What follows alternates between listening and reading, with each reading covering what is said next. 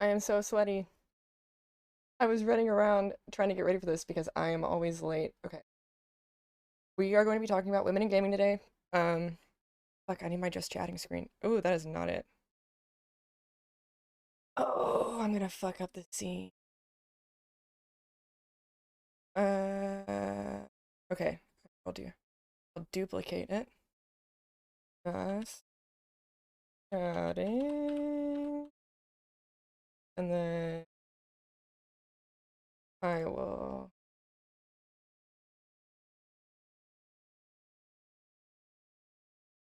unlock this. And then, oh God. Eee. Okay. Mm, mm, mm, mm, mm, mm. It's just like, nah, not today. Bruh. This There's a this is this Cly. is the most successful activity we've had in months. It's so loud. Right? So, Hi, Cly.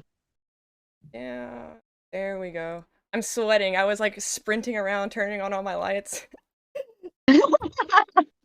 Yeah, no, like when I was waiting on you, I saw the Discord DMs and I was cackling. I was just like, oh, here we go. Every Yep, time, that's a every Cly. time, every time. Dude, it's so bad that my boss is like, gonna be late to your own funeral. And I'm like, yes, why is Sound of Silence playing? Nothing wrong with that at all. I'm liking those glasses. Thank you. Yes, I am blind, but the thing is wearing headphones with glasses sucks ass. It just Oh, like yes, squeezes it my does. head. Mm. Hmm. I can't remember who makes them, but there is a brand of headset that actually has like the little like glasses cut out in the speaker place for you. Yes. I think that's Razer. I need my cam to It's either back up. Racer or Turtle Beach. Like it might be a higher end Turtle Beach, but I remember seeing them and I was like, "Oh, dude, that's super dope There we go. actually." So, I don't like my face being this introduce big. Oh, go ahead. Sorry, sweetie. No, you're good. I don't like my face being this big. So, I'm going to go over who is in here right now. Obviously, you're streaming this as well, Cly. So we have Z here from the competitive team. We have Chillin from the Coterie. I pronounced that right? I'm always afraid I'm going to pronounce it wrong. The coterie. The Coterie. Haha, I win. And Ali from Please Stay Alive, which is a mental health group. Obviously, both Chillin and Ali's communities are amazing people, so I'm super happy to have them here. Peach is actually Fish. He went on a Peach sticker tangent and then changed his profile picture to a pear, so we'll just let him do his thing. And this is Echo.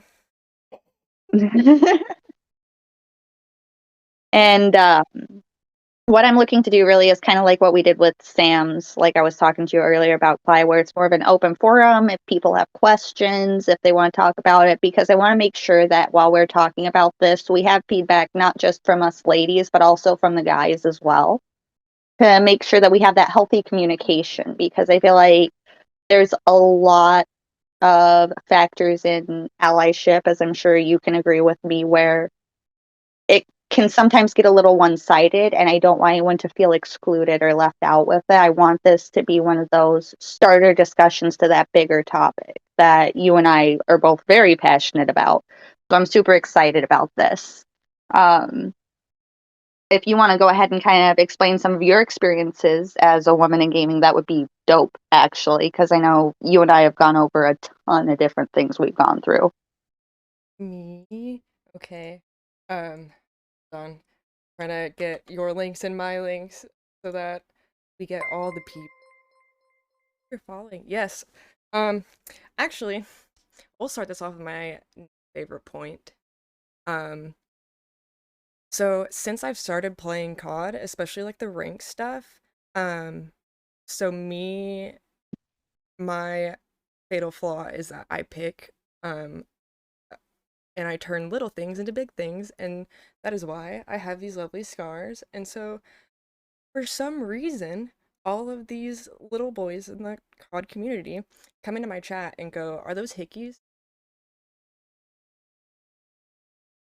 I'm sorry, what? Yeah, I'm like, Which I'm like, first of all, have you never seen a hickey before? Like, they're not this small. And two, who just like asked that? But that's Those who haven't socialized. yeah, and that's part of the point is for some reason people feel like they can say whatever they want to us.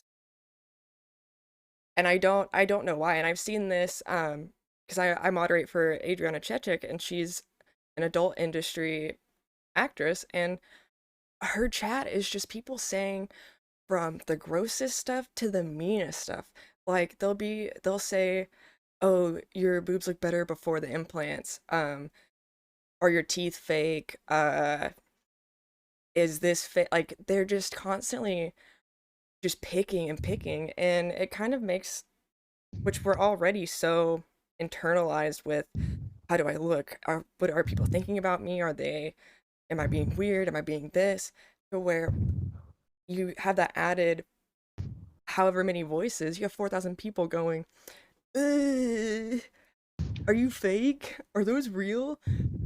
You're stupid." Like they'll even say that, like, "You're stupid.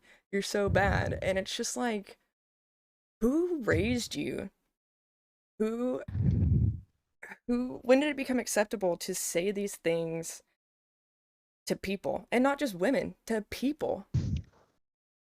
And that's kind of where I'm at in gaming is it doesn't end. You see it on Twitter, you see it in lobbies, you see it in chat. It's from every single angle that people are just like, you can't do this. You need to stay down. You won't understand it. You won't understand these concepts because you're not a dude. And I'm like, I've grown up with dudes playing dude games. Like, just accept me. Like, do I have to grow a penis? Is that what I need to do? See, and like that's the thing too, though, right? Is like, what's a dude game? Like the fact that we even have to like bring it up that way is just it's so bad. Like Yeah. it's insane to me. Just some of the stuff that I see. I was actually earlier today on Twitter. I saw a woman who just got a role as a caster. Super exciting thing, right? Like if you've been in the esports industry for a while, you're getting a caster job. Like that's a dream come true. Yeah. And someone hops on their burner account and says basically like you're a pretty face and that's why you got the job. Like, and here's the big thing I want to point out with that is like those types are assholes, and I will openly say I'm very fortunate to be surrounded by a lot of super supportive guys, two of which are in here right now, so kudos, boys. Like the people that do that, I feel like they're so insecure about themselves that they have to project their anxiety and their anger onto us as an object almost. So you won't believe this. I have actually my recent ex told me, oh, what did he say? He told me that people only bought me things for my Twitch channel because they wanted to get in my pants. That it wasn't the games, it wasn't what I was doing, it was they just think you're hot. And it that just instantly diminishes all the meaning that you get from what you do. It just immediately brings it down to, well, fuck. And that's like the worst feeling. Like it's like imagine you bring home your little macaroni art to your parents and they're just like, "Wow, that fucking sucks." Right? Just throw it Same in the trash feeling. can. Yeah, same feeling. It's like I've been busting my ass for this and you're just like, try again." Yeah, I do want to point out what the coterie just said on your chat as well, where it says a lot of these comments stem from fragility, poor self-esteem, and capitalizing on the environment of our history of patriarchy that's been created. Yes. And I think that's a very, very good point. So kudos on that. I 100% agree. Because people for like I know that it's kind of like human nature for people to express frustration and anger because they're more scared to talk about what they're actually feeling. And that really sucks because then there's no communication after that. There's no communication because once one side gets all pissy, the other side gets pissy, and then it's just there's no movement, there's no growth. It's just done. Yep. That's why we're doing this. And that's, again, Coterie hitting it off the bat right there with those kinds of people need someone else to be lower so they can cope with those things. It's definitely that hardcore copium. Yes. Like, and it's like, Clyde, you and I were in a Twitter space where someone who is a very large COD influencer, and I think you'll remember who I'm talking about when I say this, actually asked, like, what do I do if I'm called a simp? Or they're giving me shit and calling me a white knight? Yeah. Like, it's a sad question to hear, and it's disappointing in a way. At the same time, I feel like a lot of guys, correct me if I'm wrong, guys, do have that question in their mind sometimes because of how, like, things are in the world, unfortunately. The men die. No, no, I'm here. I'm typing. No, it's one of those, I've never had that concern or worry because I've just never cared what other people think. Yes. But another part of it, I feel like, is because online you can be whoever you want. Mm-hmm. Like, for instance, here, everyone can just see me as a peach. Yeah. You don't know who I actually am. So I can sit here and just talk mad shit about whatever I want and project my insecurities onto other people. And there's no repercussions for it. Yep. I'm not gonna take this conversation to race, but I'm gonna share why simp and white knight don't do it for me. Growing up, I punched people in the face for calling me the N-word.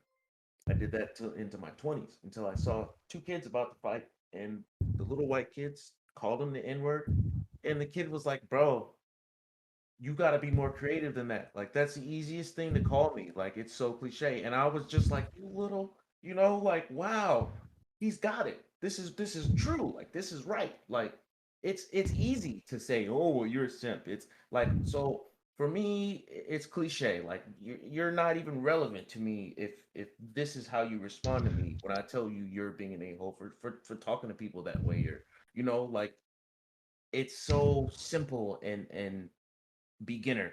It just doesn't. It doesn't. So what? Someone called you a simp. It's an easy thing to Thank call you for the you follow. when you're defending a woman.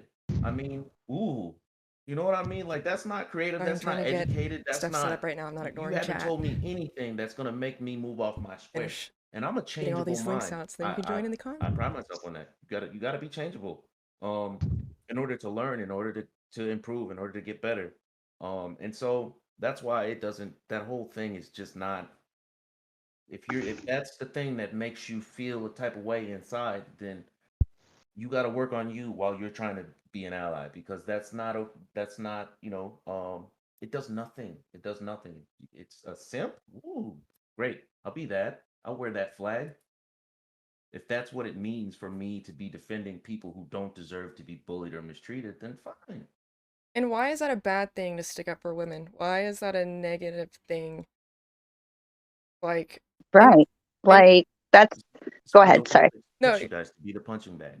because like that's the thing is, why does it always, it's not just the patriarchy, but it also automatically comes down to sex.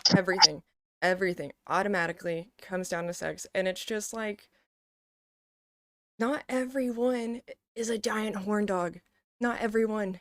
Like, nobody is that caught up with fucking to where they're like, if I defend this girl, she's gonna just bang the shit out of me. Like, that is not the line of thinking. It's the same thing as that big fiasco with the Valorant player, where he doesn't play in lobbies with women, and then he was called out about it, and everybody was like, well, he's just respecting his wife. And it's like that. No one asked you to do that.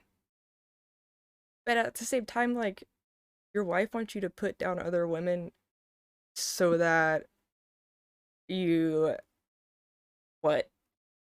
look better, that makes you more of a man, that you can't control yourself enough to be in Call of Duty or not Call Valorant lobbies without just being like, "Huh." And what that makes me think is, what kind of father did she It get? sounds like a guy problem, not the girl problem. Yeah. You know, because I'm all the way married, you know, and I don't mess around with all that. And I'm friends with all kinds of females here on the internet, and you know, I can say you're beautiful. This is the beautiful so and so, and it's fine. It's not that way. I'm not out here looking for people to be with. That's silly. But the people who think like that are the ones who say you're a simp for defending her, when that's actually where their mind is. It's not where mine is. 100% agree with that. Like, that's, I think, one of the funniest things. And Clyde, I'm going to do a throwback to how I met you, was when we were on that rage thread of a bunch of guys, and I want to say it was CSGO, throwing a tantrum. And their automatic response was, "Oh, I bet you have an OnlyFans." And it's like, so what? What's it your issue? Why does it matter to you? Like, why are you using what someone does to insult them? Like, if that's their hustle and it works for them, let it work for them. Mind your business. My favorite line for Like, I that feel like, is last go night. ahead. Last night, Adriana said, because someone was like, "How much do you make?" Or though they said, "Are you a millionaire?" And she's like, I'm showing my asshole to the entire world on the internet. I would hope that anybody would be a millionaire for that." She was like, "The things that I've done, I would hope that you would be making money from that. And if you're not, you should be." And I was like, "Yeah, that's Mm. a good point. Like, you are literally revealing the intimate parts of you, and you're also not just physically but mentally, because even being like a streamer, not just being an adult, is it actress, uh but even just like being that, it doesn't stop you from being a person. And that's so weird to me, that all these people just assume, all she does all day is sex. That's the box that she was put in. And that sucks, because it reflects across the board. Like, that's the box that we're all put in, is show us your titties, do this, do that. You're only here for my enjoyment. And it's like, no, I'm here for my enjoyment.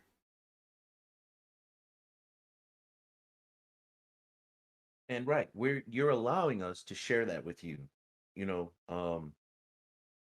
But what I've noticed, and the internet is notorious for it, everyone behaves as if the entire the There's no moral entire compass. yeah, the entireness of the internet is there for them. And if you don't do what you do the way they want you to do it, then you're wrong. You're not allowed to enjoy yourself the way you Is it want to enjoy echoing? yourself. You have to do it according to Because I their see it's terms. coming through.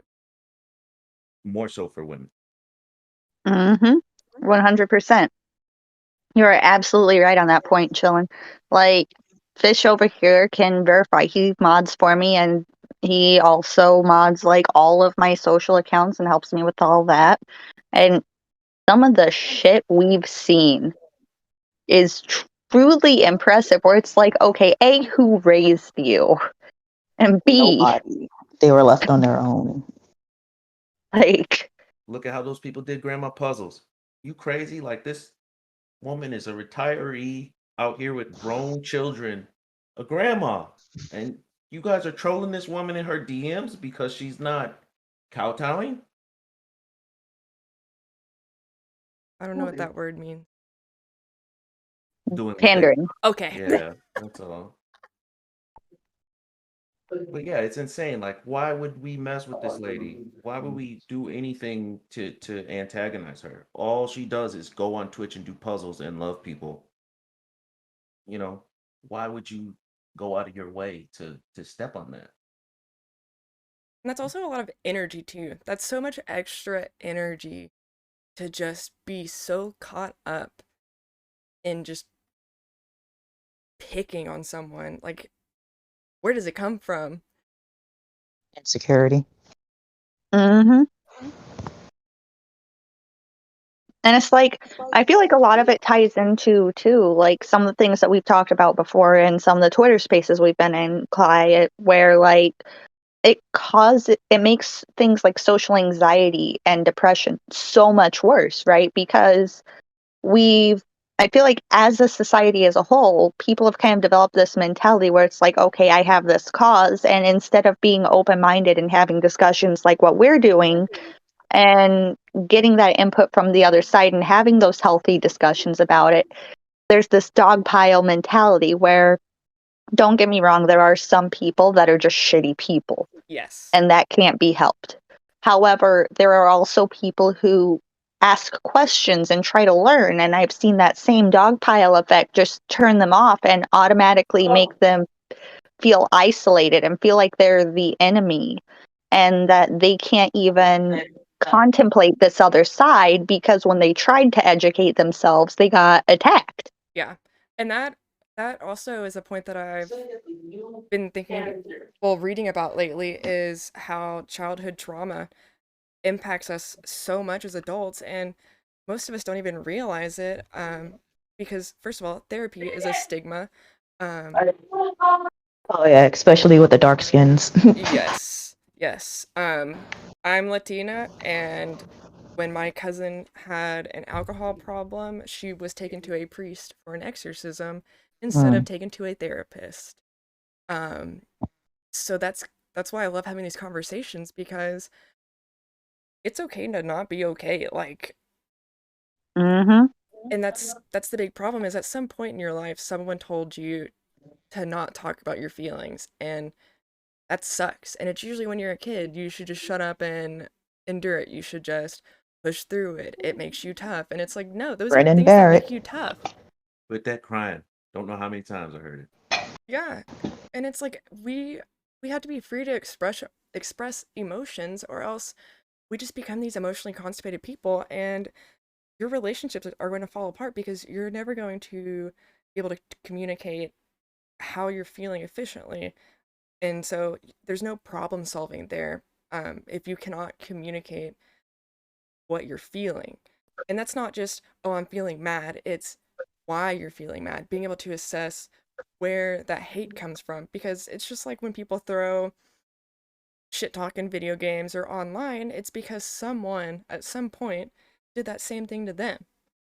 And they're like, oh, well, someone did this to me. I bet it feels good to do it to other people. And then they find out, oh, it doesn't really feel good, but I'm this far in, so might as well keep going.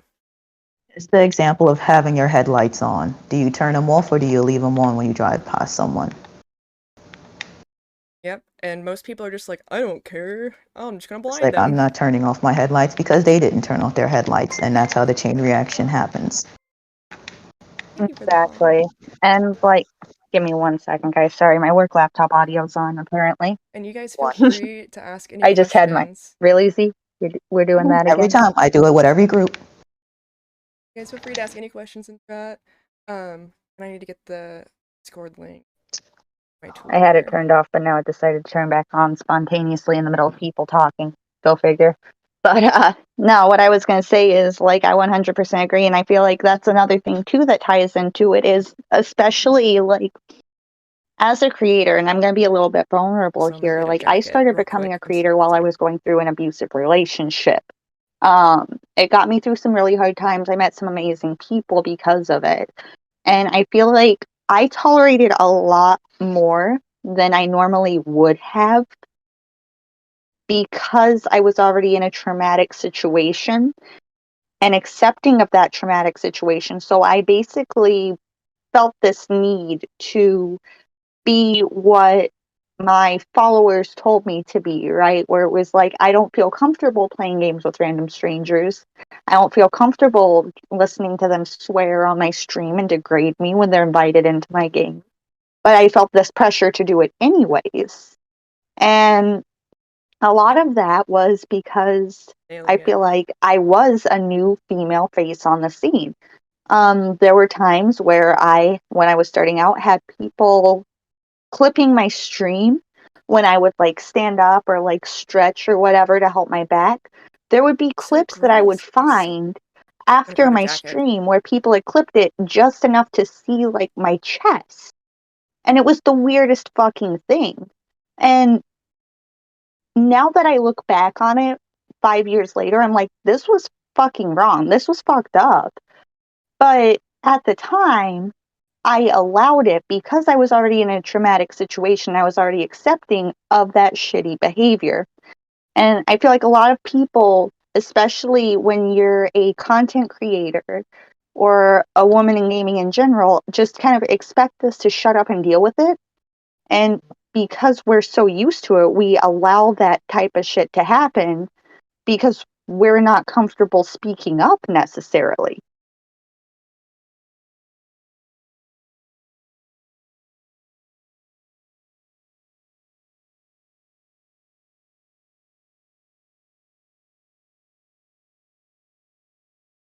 You ask a question? Sorry, I ran to get a jacket.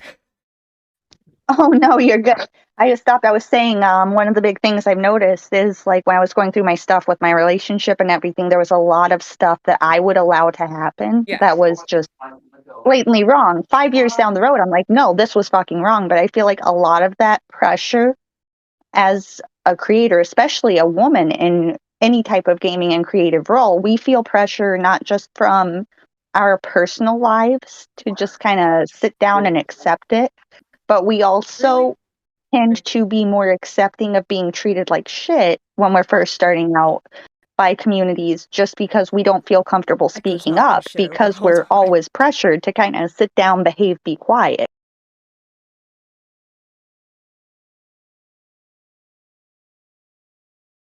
Sorry, Echo was knocking shit over. Yeah, and that's the thing is, whenever that's what I've noticed, and This I've had to fucking put hog got me killed. my foot down sometimes. Is because I hate when people just there's this weird thing that happens when guys get in a lobby with girls. They're instantly like, I gotta just full try hard mode. I gotta say the weirdest shit possible. I gotta show her that I'm a man. And so in doing that, the entire game, all they're fucking doing is, you're doing this wrong. You should use this gun. You should do this. You should do that. Oh my god. Fucking pick it up. And those are the people that like I won't play with, because when I'm playing a first person shooter, unless I am like zoned in and just really grinding out something, I don't give a shit if my team loses. I don't give a shit if my KD is in the negative. If it's below 1, like, I'm just playing because I like the games. And that's what you'll hear me when people start complaining about Call of Duty. Like, yeah, there are things wrong with it, but games are a lot more fun when you don't complain about them so much. And so that's what I'm like, I don't want to hear 3 hours of you going, oh, this game is such shit. The teams are such shit. Why am I playing this? It's like, okay, why are you playing this? Because I bought it and I can't refund it. That too. But like the thing is I'm just like, I try not to stay on the negatives too much. And there's just a weird thing where people just automatically assume that you haven't read into these things and you have no idea what you're doing. And in some cases, I don't have any idea what I'm doing. But sometimes I just kind of want to figure it out. And God forbid you actually try to like learn on your own without having, a super sweaty nerd in the back seat just whispering in your ear like, hello, Kai. Yeah. Did you know about this build? And that's what I'm seeing That was right me breathing now. into my mic. I hope it was as creepy as I wanted it to be. That's what I'm seeing right now. So Adriana's playing Elden Ring. First of all, the Elden Ring community is something else. Because It's Dark Souls times 2. yes, because whenever people, like, whenever she asks for help, people will just send one-word answers. They'll just be like, blue monkey. And it's like, what? I was asking about a potion. What the fuck is blue monkey? And I'm just like in chat, like, I have no idea what these games are. And it makes her super frustrated, and that sucks that all these people, first of all, they troll and make her die. But second, they're like, she's so bad at this game. You should just quit this game. You're never gonna finish this game. Do what you're good at. Do this, do that. Oh, you shouldn't play this style. You're not gonna get it because this is the hard one. And it's like, what is so bad about learning to do something? What is so bad about struggling in order to learn the game? Like, isn't that the point? Right. And I mean, like, that it happens in every community too. Like, I remember when we were working for a sponsorship scenario for TDS, actually, the guy who was in charge of esports at the time, we were all like, our lowest plunder player was on the top 2% of the Activision leaderboards. Myself and Z were in top 0%. And like, that's an achievement. Even if people don't view plunder as a valid Warzone mode, it's a mode in the game. Suck it up, Buttercup. I guess get good if you think that we're bad, because our lobbies are sweaty as shit in that mode and it sucks. But like, I'll actually, Fish, if you don't mind, I'll turn to you on this to kind of go over some of the things that you saw from the guy's perspective of how I was talked to during that process and just how I was treated simply because I was a woman in the competitive scene trying to bring my team into this. I don't like this example.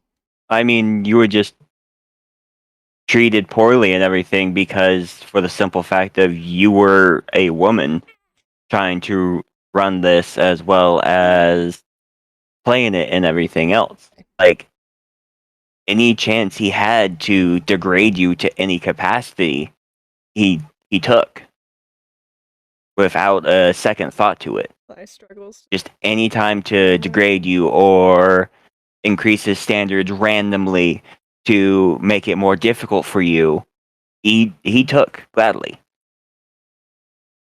Yeah, and I distinctly remember there was a time where this same individual said Activision leaderboards don't count. It's only COD tracker. You're not an actual 0% player. Verbatim, like Fish and Z both. Yep. Because me and you, Z, were just like, well, I'm sorry, what? Eyebrows I like way COD, up in the but I don't like ceiling. my arms because since COVID, I've had this weird skin thing. Oh, Which that in itself was extremely concerning, seeing as he was supposed to be, in charge of all the esports stuff, but didn't understand how any of the leaderboard systems work. And it's like, the reason I tell this story and the reason it's so poignant to me is we also saw other teams that were run by men who were super awesome and super kind to me. Kudos to those guys because they were rock stars. But they never encountered those same individuals' issues. He never questioned them.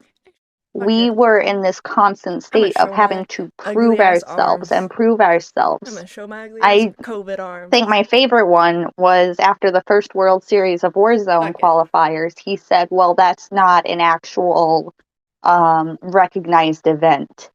Come again? Like, just how it was handled and everything and how it went down was so bad. I remember at one point you were like saying they were making a joke out of it. Mostly is like, let's just say that you're the owner of this, so that way this shit doesn't happen again, because it was just so bad at that point. And that's the thing too, is everybody is so quick to discredit everything. Like, the same thing of how we met was that person was like, CSGO is the only real game. And it's like, okay, tell me you only play one game without telling me you only play one game. Facts, though. Looking like a fake account with only one set of gamer score. Yes, the gatekeeping. You know what? I know it shouldn't, but it irks me to no end. The gatekeeping. Well, and that in all everywhere. Yeah, that's what like River said in chat. He's another mod for Adriana. He said Adriana was so happy after today's 13-hour stream to have reached level 30, and so many people in chat responded negatively that she should be further already. Like, she has yet to finish a Souls game, and she played it because people were begging her to play it, and now they're like, you suck, you're not playing it how I want you to play it. You have to play it how I want you to play it. You're a girl, you don't know video games. And it's like, you're damned if you do and you're damned if you don't.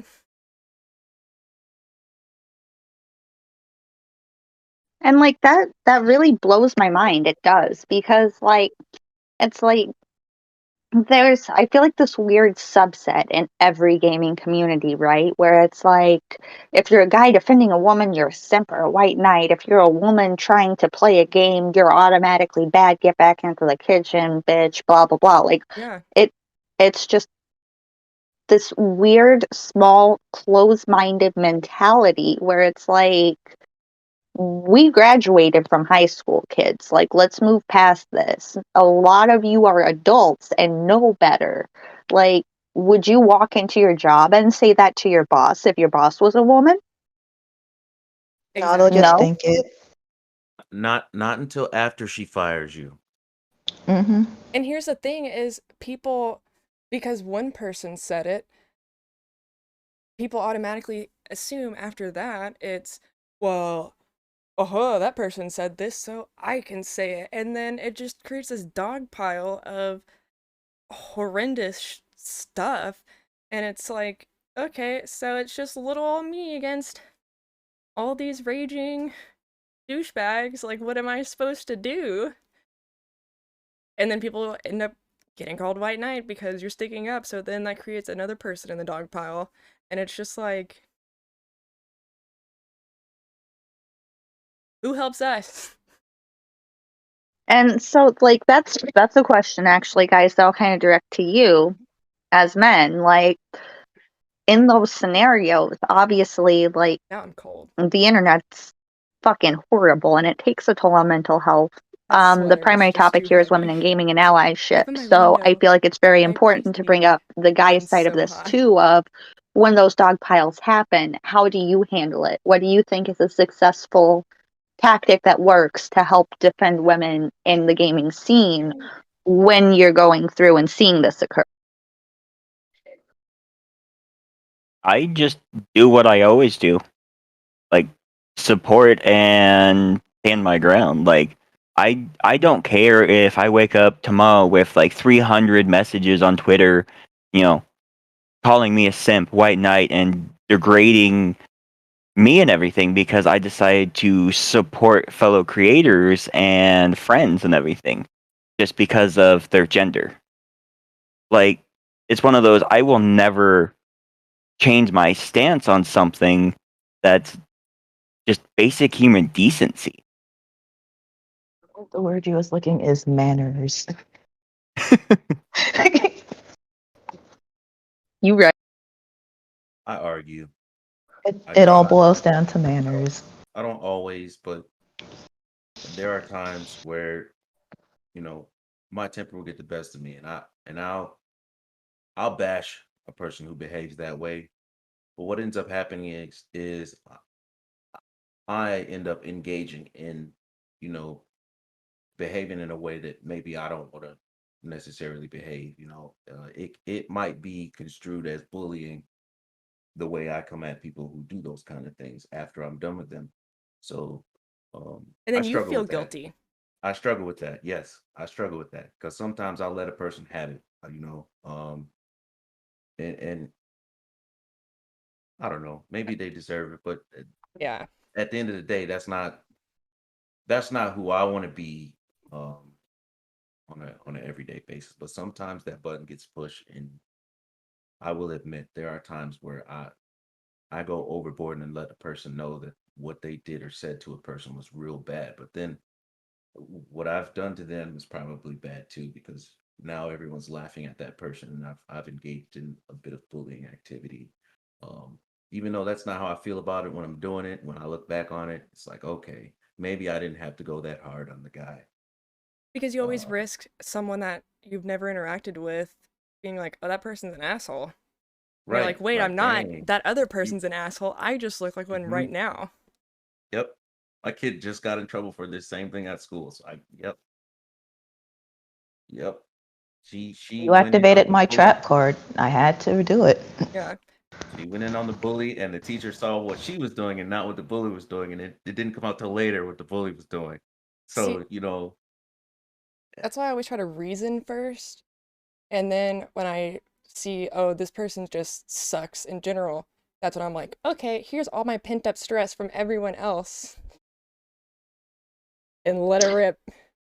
Release the rage kraken. Yeah. Like, there's no changing you, so have the rage. I'm Is it- like, that's. Go ahead, sorry. Because it adds I up. wasn't gonna say that. No, just Why do I have to be the good person all the time? Why do I have to feel guilty while they sleep peacefully at night? While I'm like, well, I feel bad, even though that person sucks. I feel bad about it because I don't. It's people hating me weighs a lot on me, and it's not that I'm Yeah. scared of confrontation. It's not that I have this rose-colored goggles on that are like, I want everyone to like me. It's not that. It's I don't want that negative energy in the world of someone just waiting for me to fuck up, someone waiting for me to slip and fall just to pop back up and be like, ha, look at you, you suck, because all those people crawl out at that same time, and you're just like, God, could you just stop? Could I just have a break? And it weighs. And I don't understand how some people don't have it weigh. Yeah. And like I feel like that's another thing too, is because we're empathetic people, we struggle to understand that lack of empathy. And it does tie a lot into, like I was saying before, mental health and childhood trauma as well. Like there's a lot of people where I'll see what they're saying and how hard they're going on just picking a topic and degrading that person.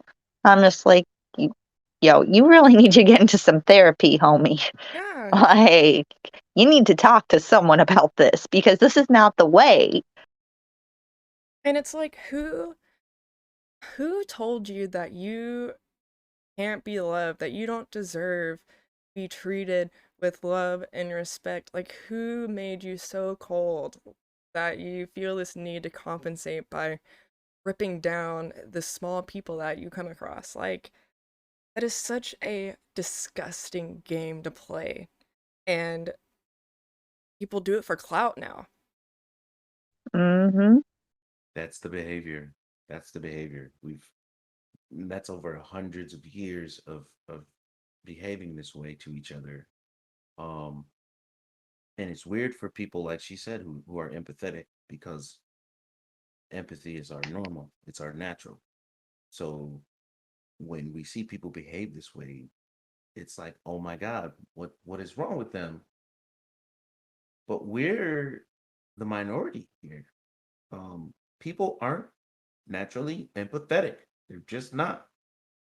It's almost like a talent, or it feels like a curse sometimes, but that's just not people's natural state anymore. It's me. I want to eat first. I want to have first. I want to do first. It's not about us, and we've created that every man for himself mentality. Yeah, Or woman. we've created a situation where people are scared to open up because they're afraid that it's going to get used against them. The same as the white knight, the same as being called a simp. It's, if I help this person, it's going to be used against me. If I open up, if I let down this wall. And it's kind of like you're stronger by being vulnerable like that. By putting yourself out there, you find more out about yourself, about other people, about how this weird ass universe we live in works, just by being a little bit more open. And I'm not saying like spill your dirty past, all of your secrets to people, but even just like a small little bit of, hey, that kind of hurt my feelings. I don't know how I feel about that. Or, maybe you could word it this way, or just something other than the instant knee-jerk reaction of anger and rage, because that's where growth stops. And if you're not growing, you're dying. Bottom line.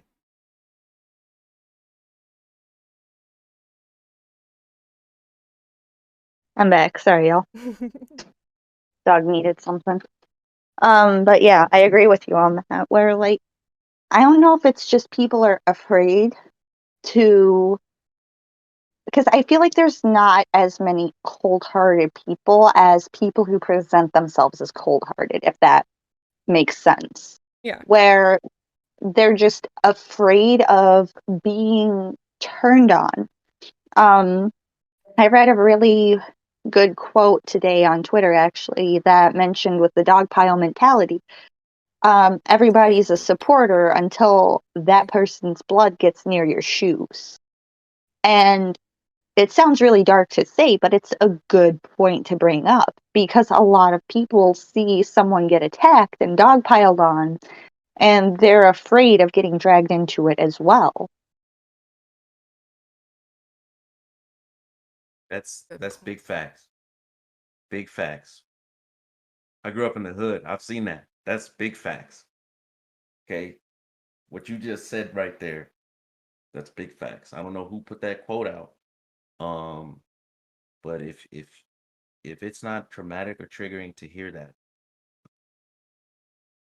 really dig into that quote because that's real. That's real. Yeah, like that kind of blew my mind a little bit because I was like, God, that is it. Like it for some reason takes something major to happen to make people change. And bullying someone to the point of committing suicide is not the way to get change. That's not the way to ignite growth. It's just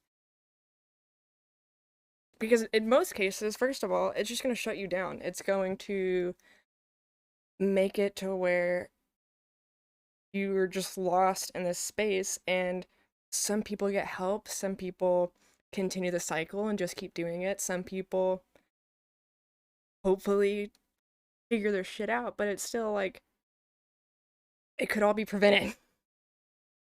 It doesn't have to be this way. It never had to be this way.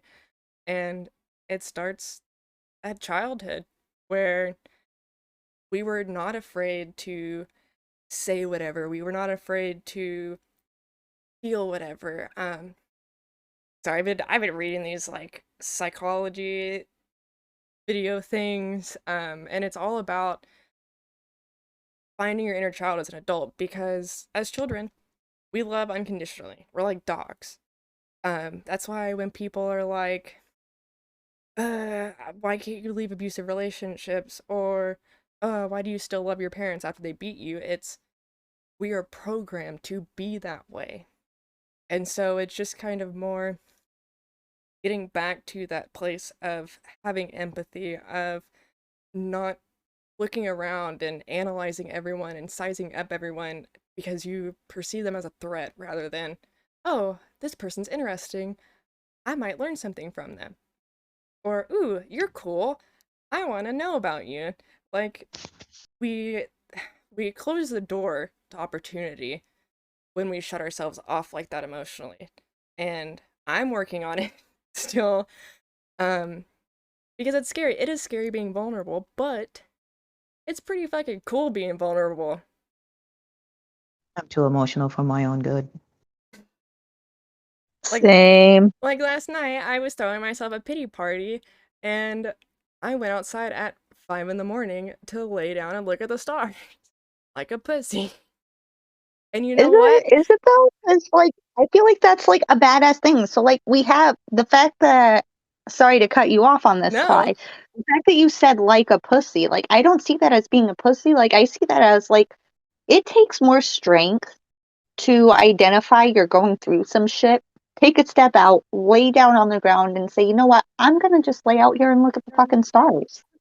Because I mean, Like I'm giving myself a moment. I feel like it's a lot harder to do that than it is to just quote unquote keep going, if that makes yeah, sense. because it's easier to wallow. It's so easy to wallow and to just feel like the world's against me. It's not me. The world's against me. And it's a good friend of mine told me I should stop putting myself in boxes.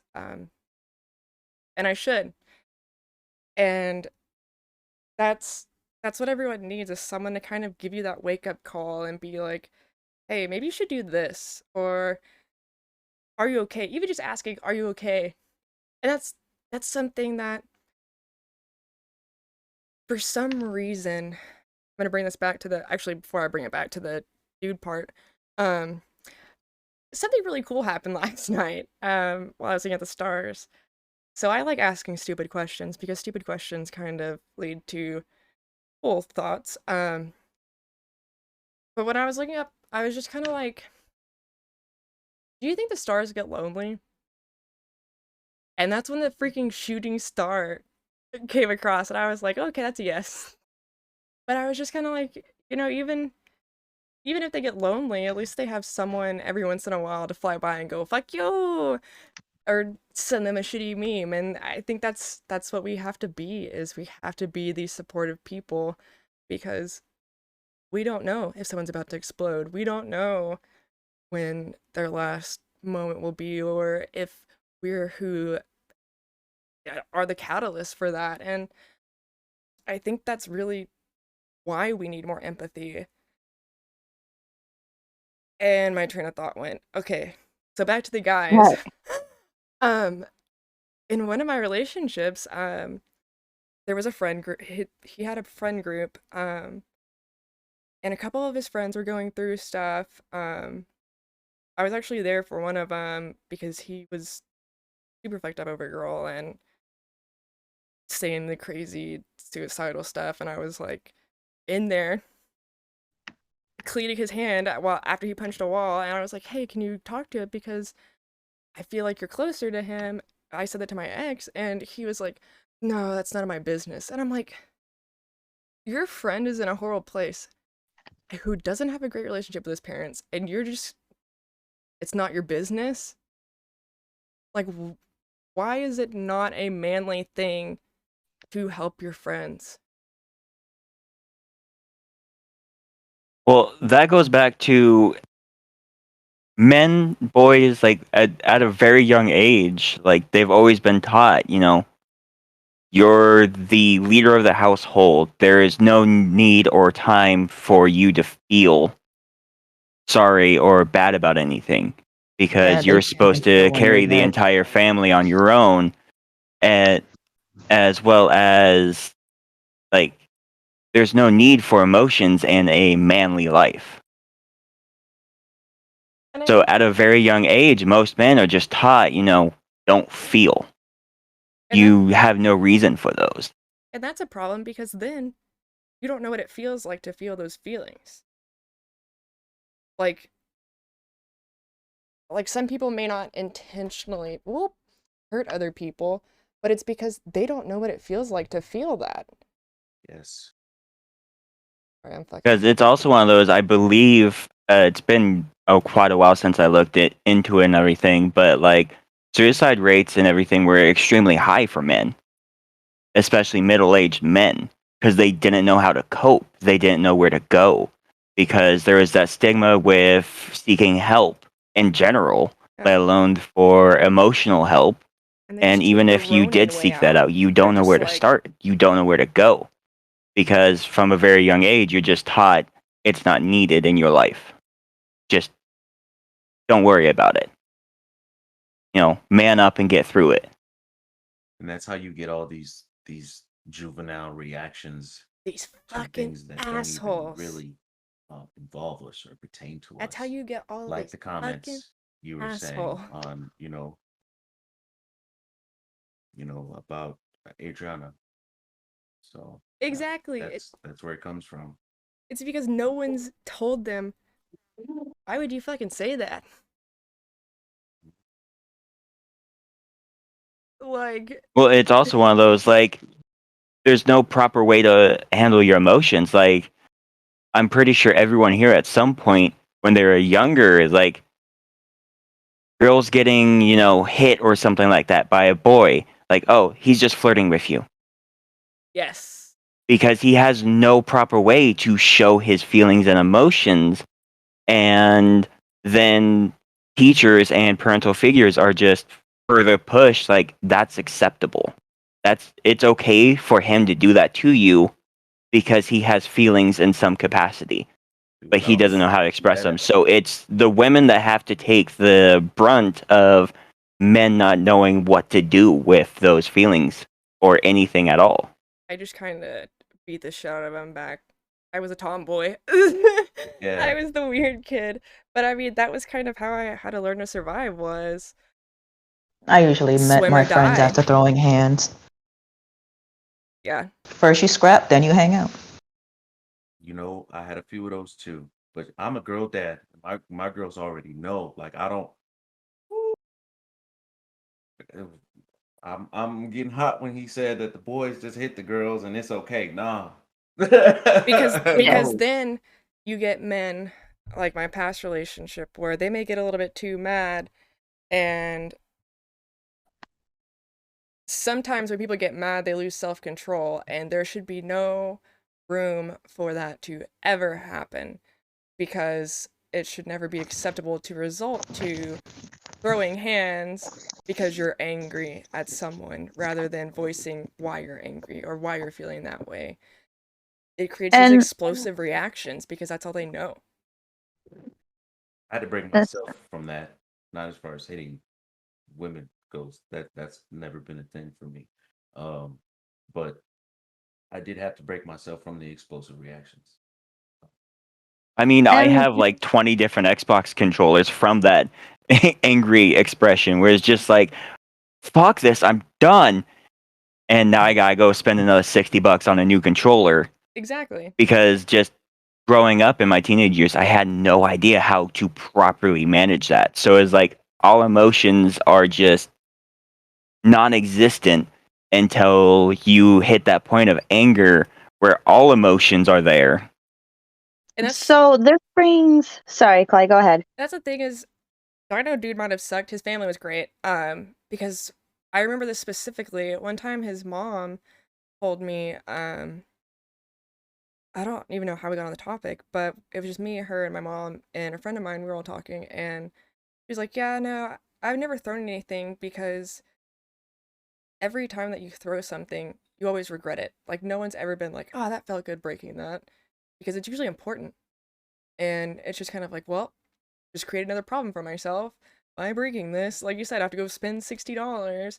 And it's just kind of, instead of taking the step back to think, why did I do this? It's just kind of like it.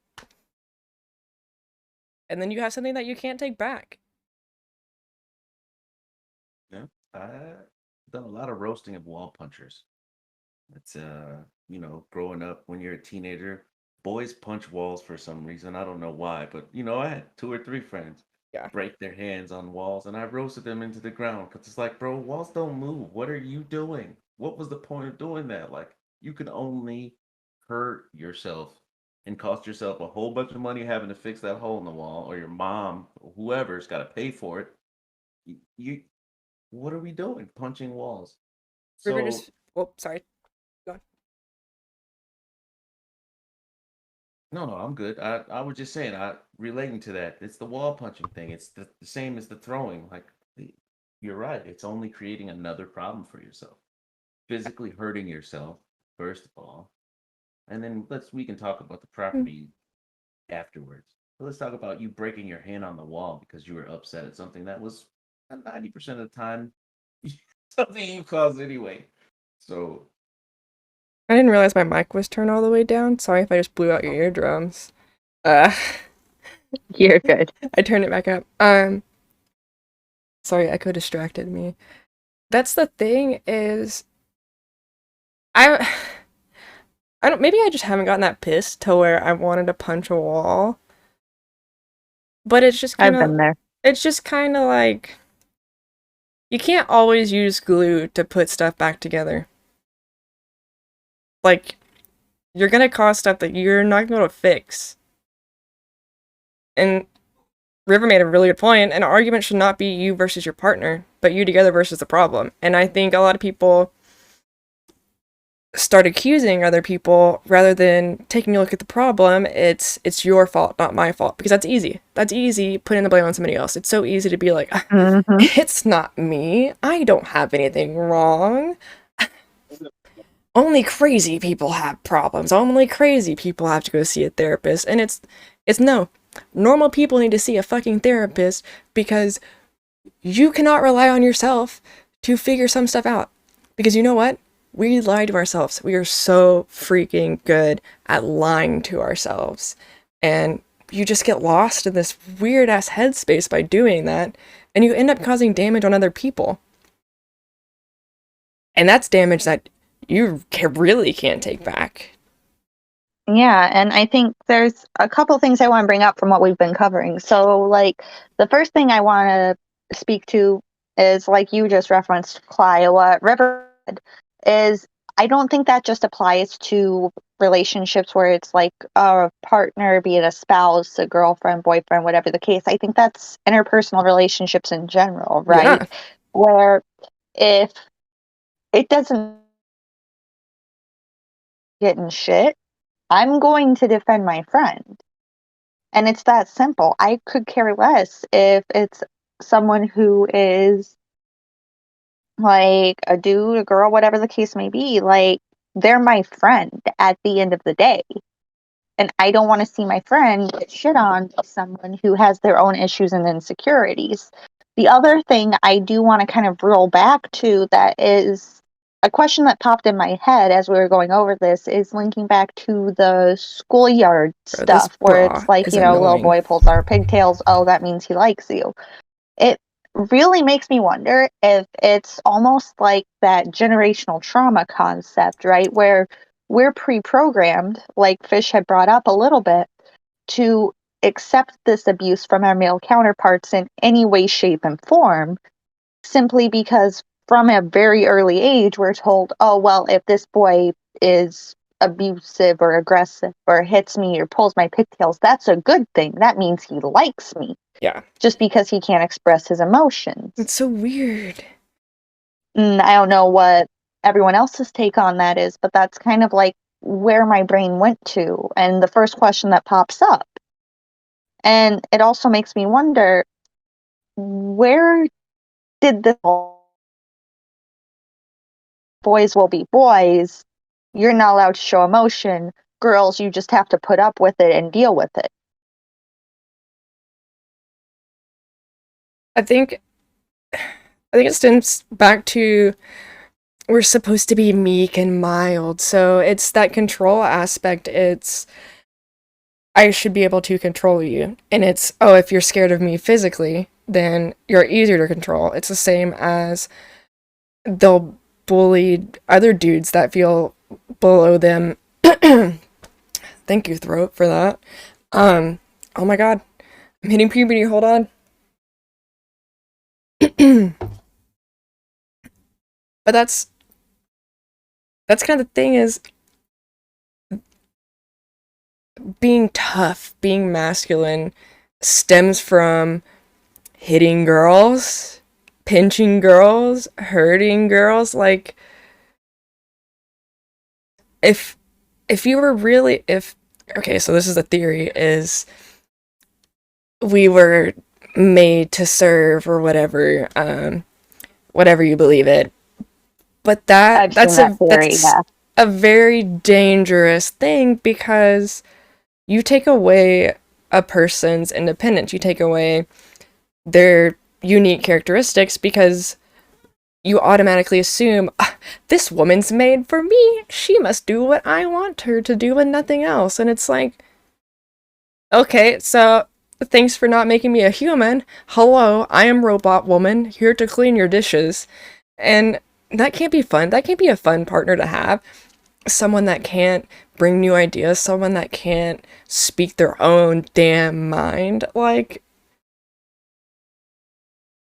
yeah, and I mean, on the flip side of that too, I think it's equally toxic. And again, I will say, guys, correct me if I'm wrong here, but I feel like it's equally toxic that with this situation and this kind of like ingrained reaction to that behavior, even in early childhood, it makes it so that men don't speak their feelings because they're conditioned not to, almost.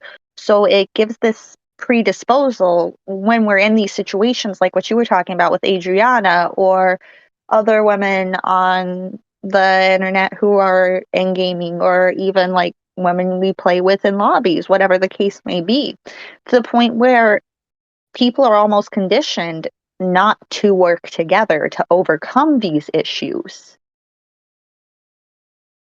Yeah, it's just everybody, it's a free-for-all at that point. It's, well, everybody's pissy. I gotta be pissy too. I have to follow the herd. I have to cull the weak. And it's like, you realize if you act as a stepladder for someone, it's not diminishing you, it's not breaking you, it's not hindering you. You're just helping someone get to a goal that they're wanting. You're just helping someone get to the next step because you probably had someone help you. You probably had support.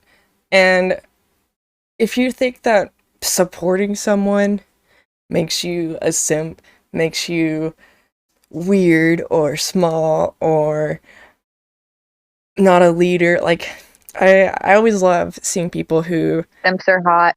are in positions of power, like CEOs and shit, and they're just like, everyone listens to me, everyone does this, everyone listens to what I say, and it's, they do that because you're scared of you, because you're an asshole.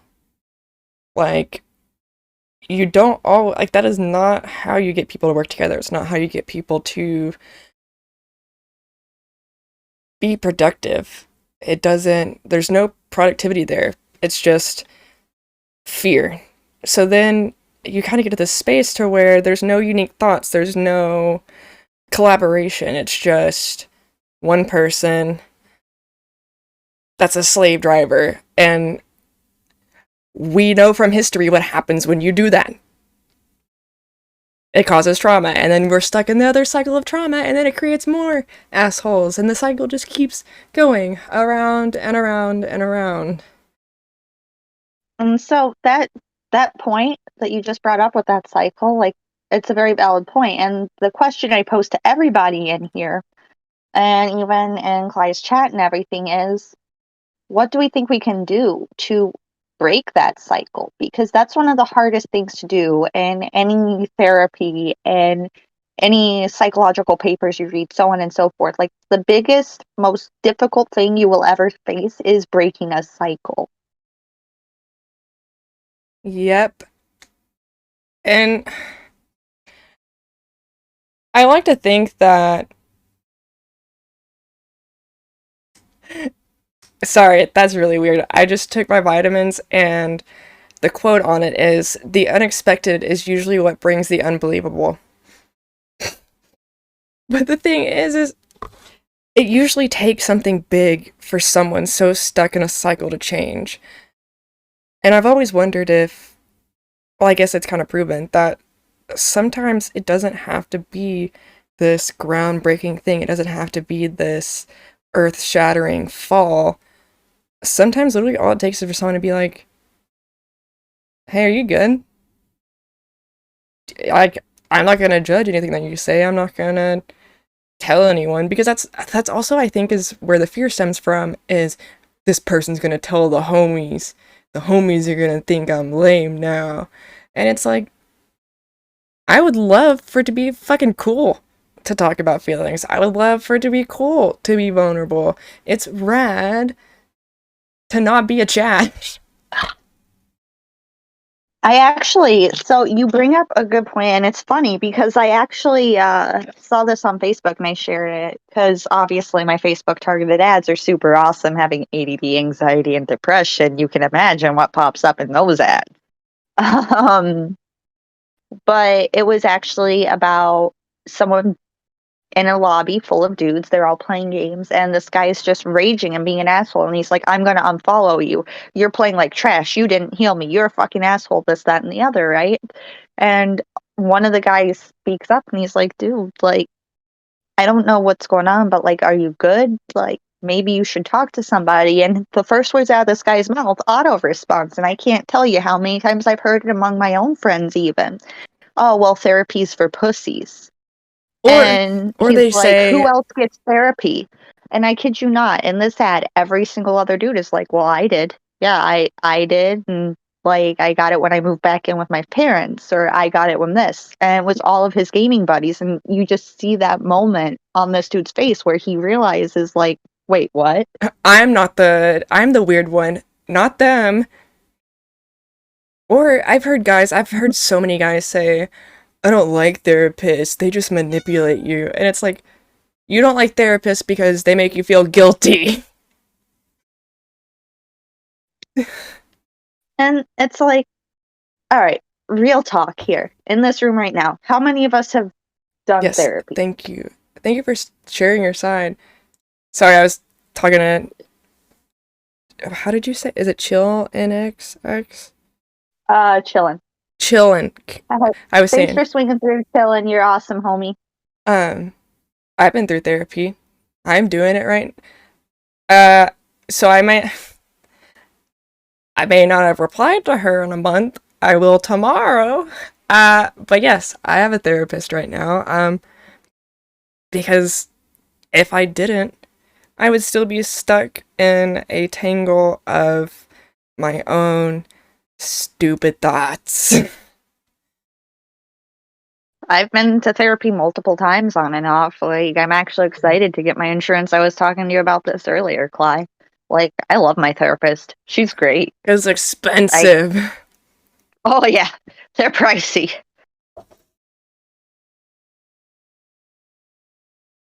What? But, like, that's the point I'm getting at, though. And, Fish, I don't know if you're paying attention. I'm going to kind of put you in the spotlight here. Where it's like, we've even had times where he's helped advocate to fellow teammates or even just guys that we've played with and like called people out on shit like that where it's like, look, like, why are you being this way?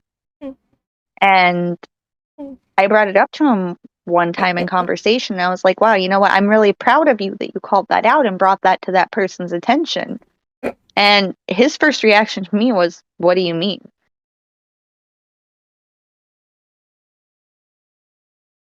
Like, it wasn't a big deal to him. It was just like every day, like, hey, like, you're being a dick. Why are you being a dick? What's going on? Are you good? And I feel like we need to have more of that going on, especially in the gaming community. Like, don't get me wrong, I'm all here for Twitter timeline drama. Some of it's funny as shit because it's so stupid. I live But for I feel timeline like drama.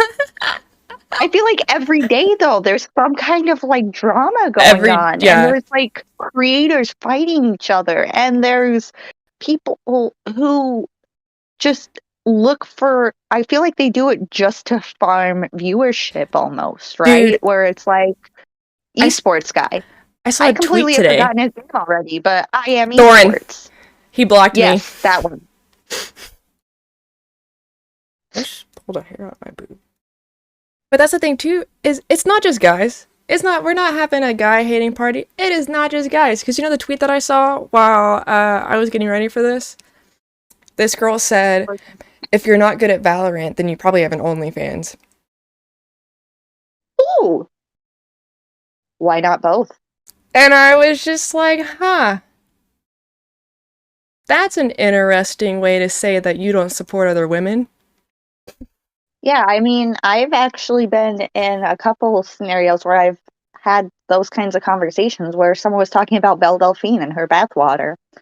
And it was an all-women's panel. And the one thing I noticed that stuck out to me was I was the first person to bring up when everybody was so quick to, like, hate on Belle Delphine's bathwater.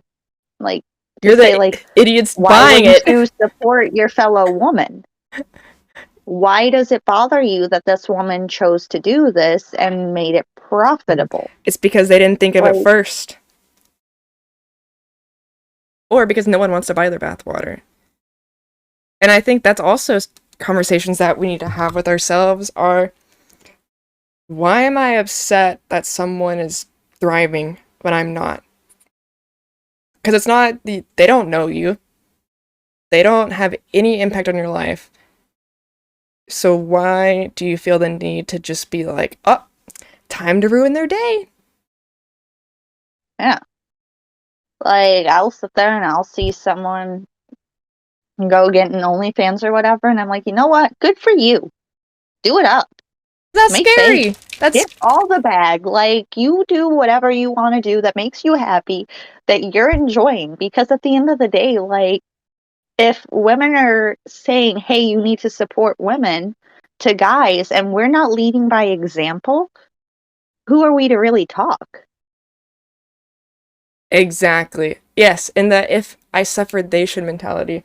That is the one thing that at the clinic when I stepped up into a management role, that's the one thing that I was breaking down, because the one sentence that I hate the fucking most is, well, it's always been that way, so we can't change it. We took over, two young women took over this old ass clinic from a doctor that was from the hills of Arkansas, so you can imagine the opinions that he has. But we took over this clinic, and every fucking step of the way it was, you should do it like this, we've always done it like this, we've done it like this, why would we do it different? And I'm like, can you just listen? Can you just hear me out? Because I'm not trying to make you feel stupid by changing something. I'm not trying to make your productivity dip because I'm some evil person. We're so quick to automatically be like, they're trying to hurt me, they're trying to one up me, before even looking at the situation, because I'm like, I'm trying to make you more efficient. I'm trying to make your lives easier, because I love working less and accomplishing more. And that is the one thing that the sentence, well, it's always been that way, that's the one thing that it stops you from ever making something better, from growing, from finding a new solution, for finding a better solution, a cheaper solution, something that's going to benefit. And I think that applies across the board in relationships, in life, in everything that you do. If you are a stagnant person, you're always going to be stagnant. Because if you're not growing, you're dying. And the world keeps turning whether you do or not. So while you're standing there stagnant, you're still aging. You're not just stuck in limbo. You're not just, one day, it's just gonna happen for me. No, you don't have to struggle, but you have to have some kind of ignition, or it's just gonna stay the same, and it's not going to be anybody's fault but your own. Yeah, and I mean, like, that's definitely, like you were saying, it's me and you have been in quite a few discussions, Clyde, of similar nature, like this one we're having tonight, where we see it talked about and then it falls off the map again. And then it's almost like a trend thing where we'll see, like, oh, yay, women in gaming, we support everybody, we're here to help each other, lift each other up. But then as soon as it stops becoming trendy, it falls off. International Women's Day, but fuck you every day the rest of the year. Hey, I loved PayScaleBot. All right, PayScaleBot was my favorite thing on Twitter. Like, the companies that were posting from the UK and PayScaleBot's like, this company pays women 53% less per hour. Yeah. Oh, well, let's talk about this one, guys. And I think that should also include the amount of women employed in those spaces. Like, for example, some inventories are so hard to get into. So it's like the sports industry. There was actually, a friend of mine graduated from the university here in town with a sports management degree, because she wanted to do all that stuff. She wanted to be in the middle of it. She wanted to help with the broadcast. Like, she loved sports that much. But in turn, all through college, that turned her into the bully girl, the weird girl, or you don't really know about sports. You only talk about sports because it's trendy, because guys will like you. And it sucks for someone that loves something so passionately, because then she just you just stop talking about it. When people shit on your passions, you just stop talking, and that's another big problem. We shouldn't just stop talking. Oh, yeah. I agree with what Suburban Errorist just said. Happy International Women's Day, but please don't unionize. please don't hurt our bottom line. How dare that employee decide they deserve rights and equal pay? Oh. And you'll even And like, see but people be like, oh, well, they should include this statistic, what all the men had to do. And this is one of my favorite times, was Dino Dude told me one time, because he was already at this college, and I had gone there because I'm so glad I didn't go to the same college as him, but I had gone there because I was like, I'll apply here. And I did my interviews and everything, and when I got my scholarship, it was like triple what he got. And he was like, oh, it's because you're a girl, because you're brown, because you're this, and not, oh, the people interviewing me were super engaged with what I was saying, because I was talking about all the projects that I did, all of the community service that I did, and about plans for the future, plans for innovation. And I'm just, it made me not, like, it made everything that I had felt, all that pride, just go, well, shit. In that case, you hit him with that Uno reverse card. Yeah, so what if I did? Yeah, I'm brown. Yeah, I'm a female, and I got more stacks than you. Deal with it. It's not my fault that you look like you were 3D printed off of the Ken doll. I mean, he wasn't. I was just saying he was not. But I'm saying, like, a cardboard copy. Like, that's the thing. Like you're like every other Ken in the aisle. Yeah. Just another dick with an ascot. Yeah. Like, I'm like, so I'm gonna Fish. Are you still with us? Can you still hear us? Yeah. Okay. So I'm gonna defer to you for a second again. I know you don't like being called on the spot, but I'm doing it anyway. Hearts. With like some of the things that you've seen, as far as even as simply when I tell Oh, people yeah. like, hey, I'm doing My this, these dating are the people that history are is interested, these fun. are the connections that are interested in helping us out, and I things have a like long that, line of that I toxic personally am assholes. super proud of, That's what empathy that gets you. I've built these relationships over the years, and just how those reactions come across, and the doubt and everything, because I feel like you've seen it firsthand, and from a guy's perspective, it is very important to hear that.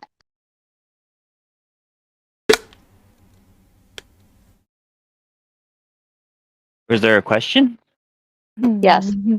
The question, darling, is like, how many of those have you seen? How many of those times where I'll go to someone and be like, hey, like, this is what I'm doing, this is who's going to do it with me, these are the connections, and people come out the other side surprised and shocked, like I was making that shit up.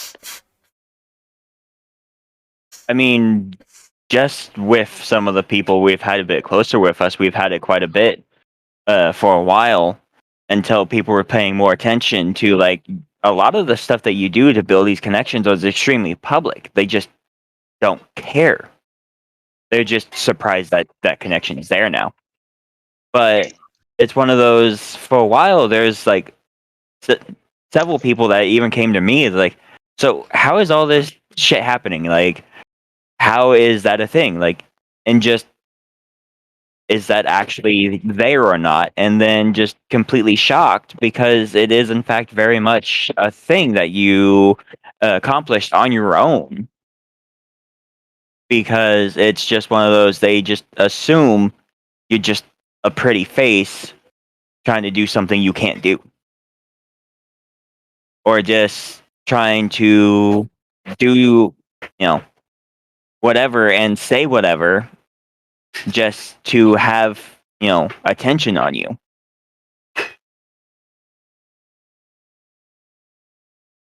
And I feel like that happens a lot. Like, Cly, I'm sure you've probably experienced it as well. Oh, yeah. And that's the thing, is people are, so I've always been outspoken about politics, and when I would start talking, like, I would go to, like, college parties or whatever with my ex, and I would start talking, and I would have these very strong opinions, and people would look at him and be like, she really saying that? Like, Said she could like, have an opinion. yeah, Get her out of here. yeah, like he was holding my leash or my mute button, like, hey, can you stop her from talking? She's making me uncomfortable. And it's like, Like, she's speaking facts. It sounds Yeah. possible. Why is she here? Like, say Get it her to my out. face. Say it to my face. If you don't agree with me, I can don't. kick you in the nuts. Yeah, don't look at my handler like. That's kind of that's the greatest thing that my mom's probably taught me is to not shut up, to have an opinion, because everyone deserves to be heard. Everyone deserves to be heard. Because, you know why everyone deserves to be heard? Because some people need to be told, you're wrong. that is fucking stupid. So that they don't do that. So that they don't do the thing. Because if there's no one to tell them, because some people just have weird trains of thought. It's the same people that are like, oh, I don't want to, this therapist bad. They're mind manipulating me. And it's like, Maybe no. your mind is mushy. Yeah, maybe your mind needs to be manipulated a little bit. Just a little tweak. Like, what's so wrong about feeling? What's so wrong about talking? Like, I saw this other video, and this was a really good quote. He was like, whenever I get nervous about doing something, I ask myself, am I going to die?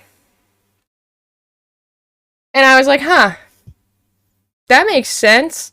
Because he was talking about, like, talking to women. Oh, this will improve how you meet people and relationships and stuff. And it was like, every time that I would get so worked up about it, I would ask myself, is this going to kill me? Am I going to die? And I was like, you know, that's a good approach to when you do have these anxieties about sticking up for someone, about voicing how you're feeling, about giving your opinion is, are you going to die on the spot as soon as you say that? And also a No. double-edged sword. Should you say it or shouldn't you say it? Depends on what you have to say. And you always have to own up to it if you're wrong, too. That's the thing, is I may have some takes that are wrong, but I always own up to it. I am always open to learn something new. I am always open to see a different side. Because the more information that I have, the better picture that I get, the better I can see and understand a specific situation, or even things as a whole, or life as a whole, is the more that we take in, the more we can give out. And that's pretty freaking cool, honestly. I think it's pretty freaking cool that we can build these intricate webs of intimacy with other people, because we learn, hey, they're kind of like me. Hey, you like the same things that I do. You have the same thoughts. Or we may not always agree all the time, but you can make me smile. Or I have that support. And I think a lot of the anger comes from people not being supported, people not having that. They don't have that foundation of belonging.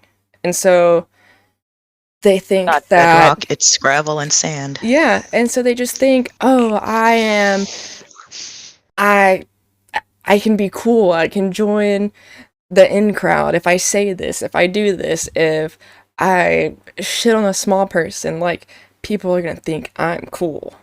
And it may work for a little bit. It may work for a little bit for some people, but it's never solid. It's never something with meaning. And I think people find that out, and they either get even more mad or they get help. And I think what you just said is very important too, right? Because they may have support, but not in the way they envision it. Like, Yeah. I'll tie this back into gaming. So the streamer community as a whole. How many times have all of us as streamers seen on any type of social media, well, I'm not getting the support. I'm not supported. Like, support can come in so many different ways. And I've gone over this with a lot of people where it's like, I lead a very busy life, right? I'm a social media manager for a merch brand. I run TDS.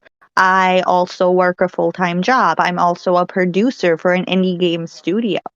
Like, most of my time on Twitter isn't my personal time. It's dedicated to growing my brands even. So I don't get a lot of chance to breathe. And I hear people like, oh, well, you never come to my stream. You never watch me. Right, I don't. But instead, I'm taking that one view that I could give you and I'm putting it out there on all of my platforms that you're streaming to all of my friends in hopes that they'll come see you. Exactly. That's still me supporting you. That's still me trying to cheer you on. I'll pop in a message and be like, "Hey, how you doing? You good? You okay?"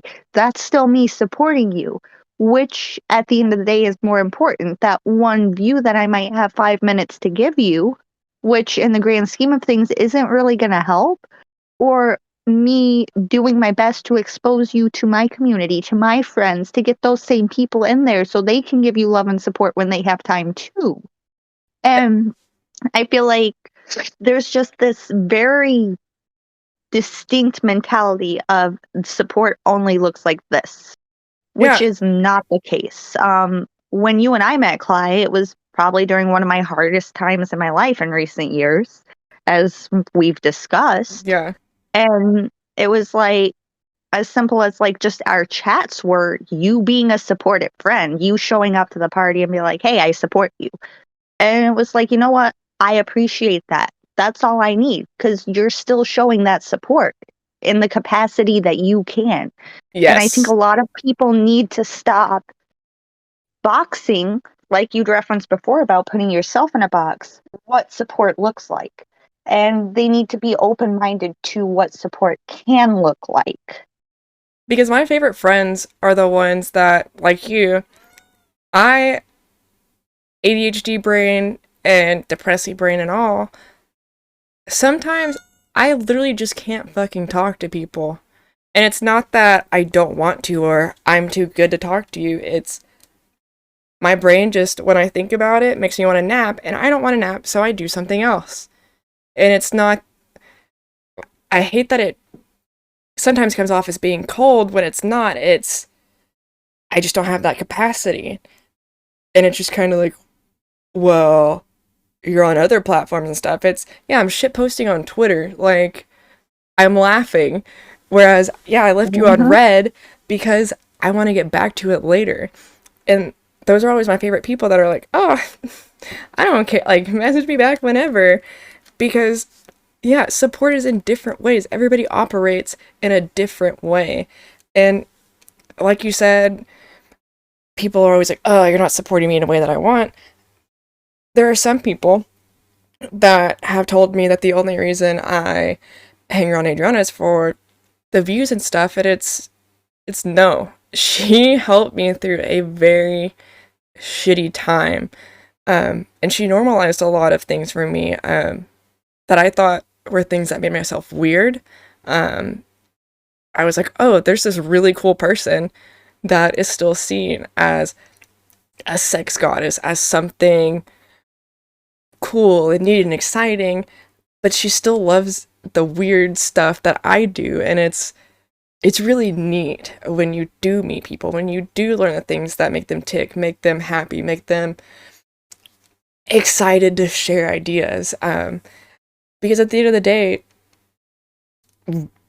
people are all we have, the things that we like are all we have, and by not having that empathy and by not seeing people as more than what you're seeing on the screen, you lose that opportunity to do that. You lose that opportunity to learn and know someone. Kitty.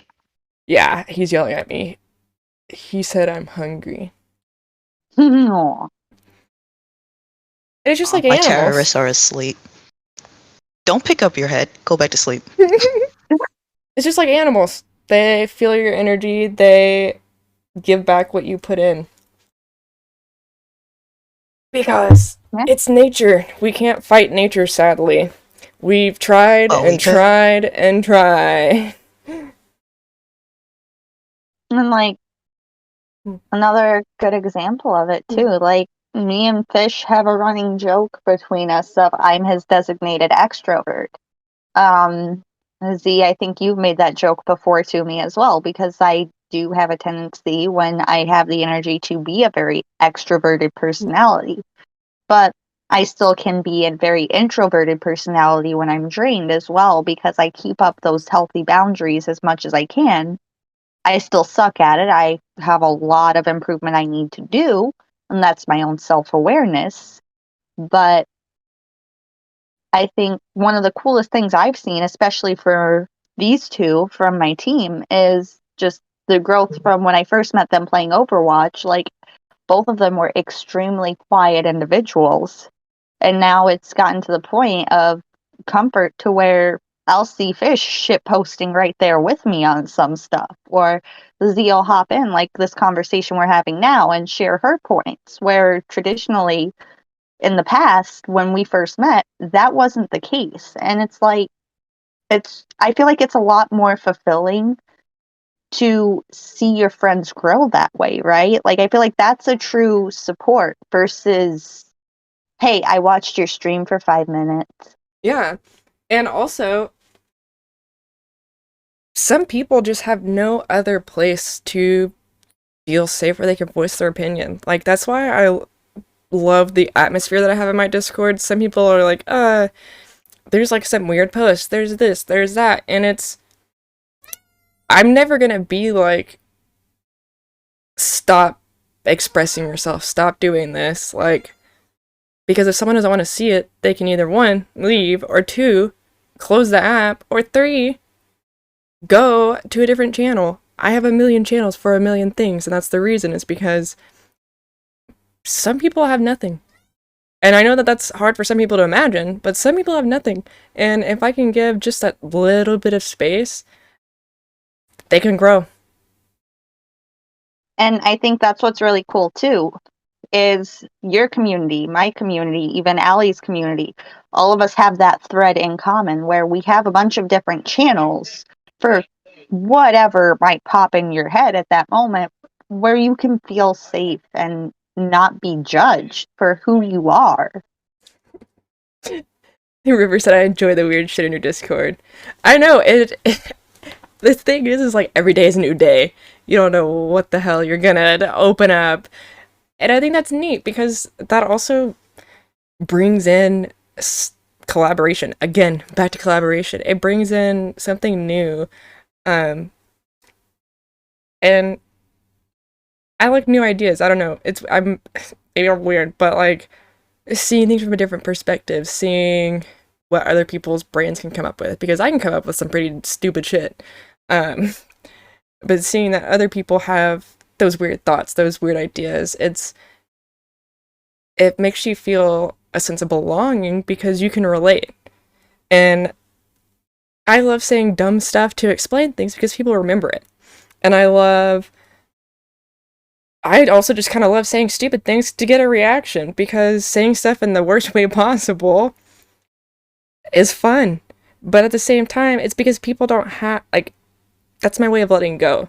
I love being childlike like that, because not enough people, everybody's so caught up in, I gotta be prim and proper and this, and it's just like, when's the last time you genuinely belly laughed? Mm-hmm. It's like, I remember when I relaunched TDS last June, like, so many people told us we weren't going to make it. And so many people were telling us that our approach to how we discuss mental health is wrong, because we're very vocal and very open about what we're feeling, what we're thinking in the moment as we're playing whatever game we're playing. Like, we're not afraid to show that frustration. We're not afraid to show that stressy, depressy, down bad mood. Like, because that is the reality.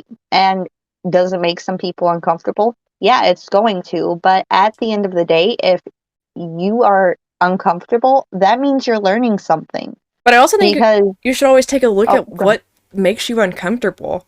Like, rather than attacking someone for feeling uncomfortable, why don't you look into why you feel that way? So I need to shut my window, it's freezing. Oh, you're good. But yeah, no, you're absolutely right on that, Cly. Like, that's one of those big things. It's like, whenever people say, like, oh, well, you shouldn't talk about that, or like, oh, this person's raging a lot. Like, it's just like, that's not why ladylike. does that bother you? Why does it bother you? Yeah, it's like, women shouldn't cuss. And it's like, why? is there some kind of law that says women can't cuss? It's improper. Like, that's Like, we're not supposed to be wearing pants either, but we're still doing that. we're not supposed to cut our hair. You're not supposed to shave your beard. Why are you outside the house? Who said you can have shoes? Yeah. Hi, not naughty name. Or Did you get hit? my personal favorite that Fish brought up one day when I was talking about like brands and like how there's the stereotype color scheme of like, oh, you're a girl, so you have to wear pink.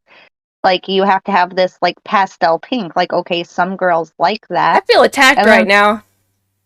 With the Some pink girls background. like it and it's okay. Which Hey, some girls like it and it's okay. It's not my Personally- color. I'm a magenta girl. personally, alright? I hate pink. But I just happen to be wearing pastel pink. But I've always hated pink because I was that tomboy growing up. I still have friends that bring up the fact that they were an old neighbor. But there was this one time I got in trouble for it too. And all the parents in the neighborhood, except my mom. My mom is like completely fine with it. But I was wearing jeans and it was summer and I was really hot and all the guys could take their shirt off.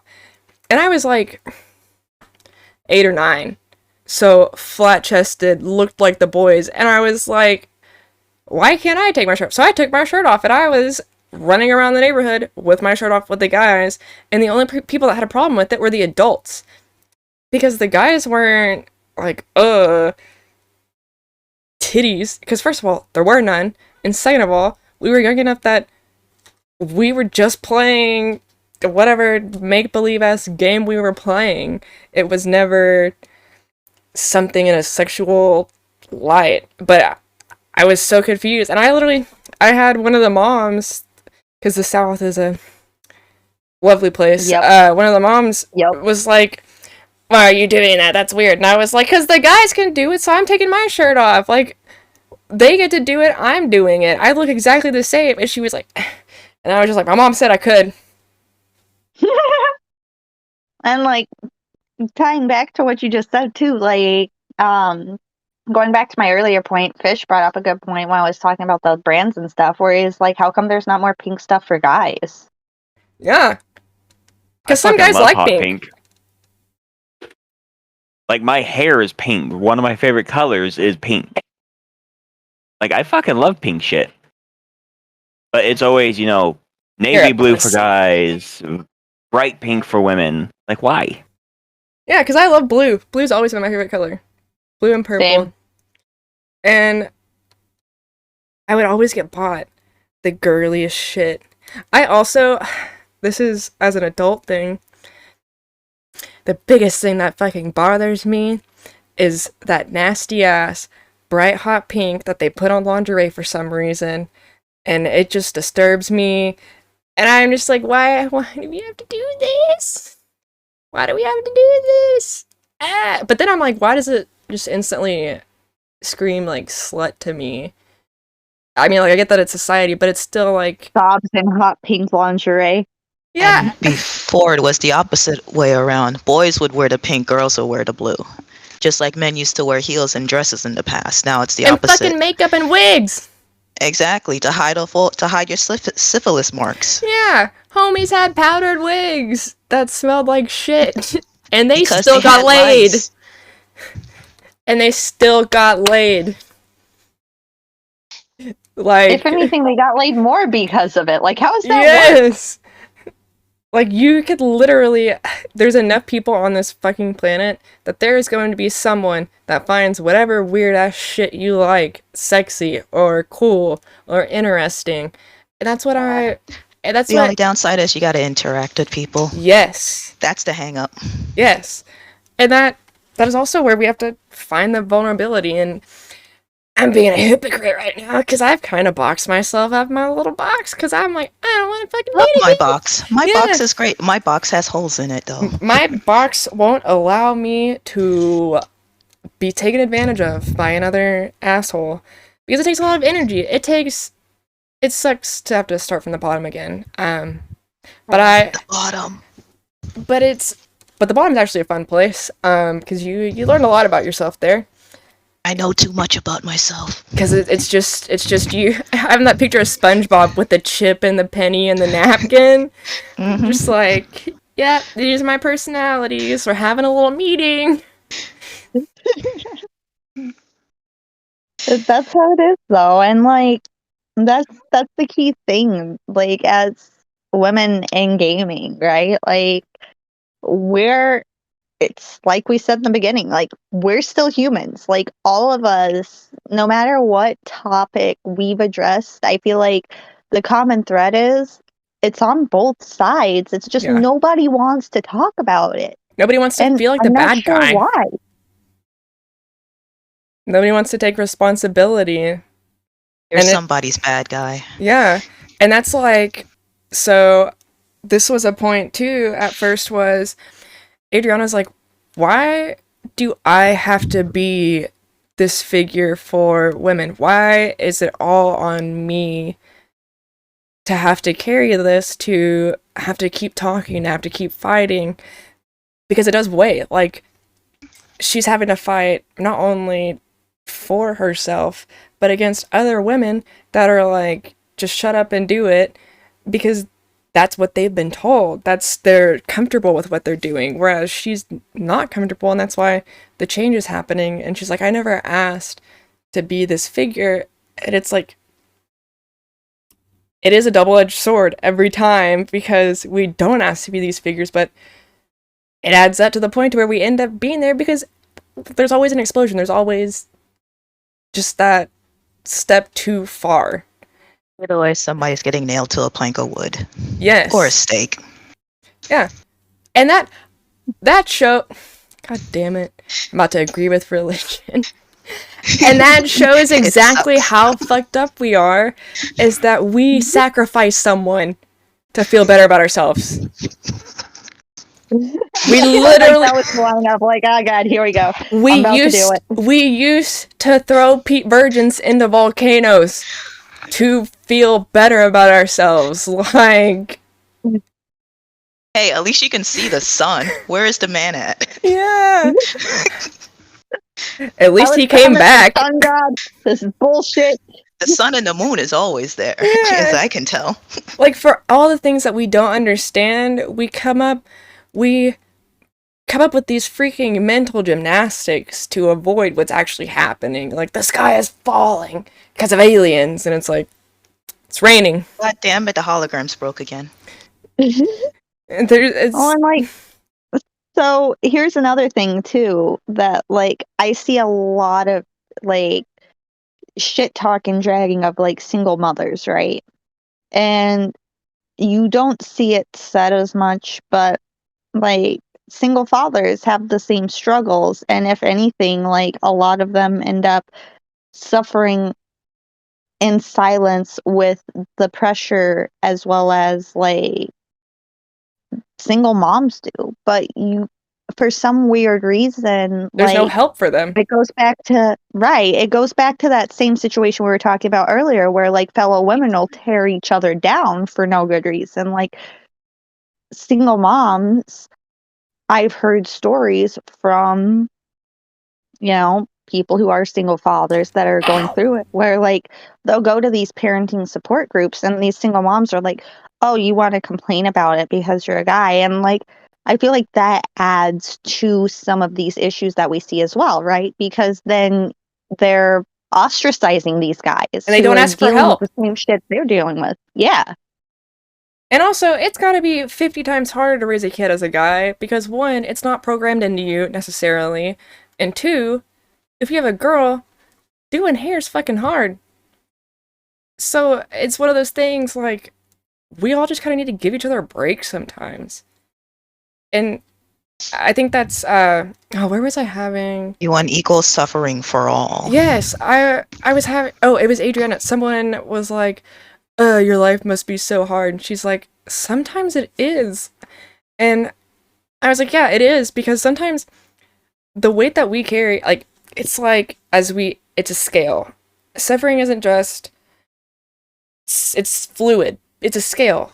Because when you're small, when you're a kid, a stressor or a worry is going to be different from when you're an adult, but it still feels the same. You breaking a crayon was the end of your world then, but it's not the end of your world now, but it's because you understand it. And that's the thing, is if we give people that break, they can understand that and they can work through the problems rather than just shutting down, shutting off, and not finding anything from it. And that's something that I've valued a lot with work too, is people are like, oh, how do you do euthanasias?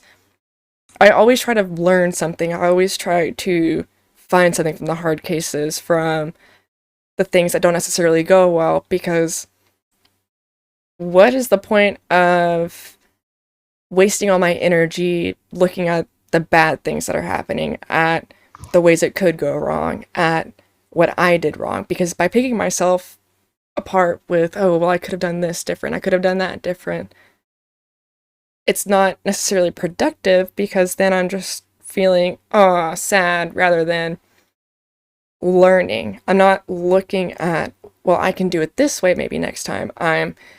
You just failed. It's bad, shame. Just ringing the bell for myself, shame. And speaking of shame, actually,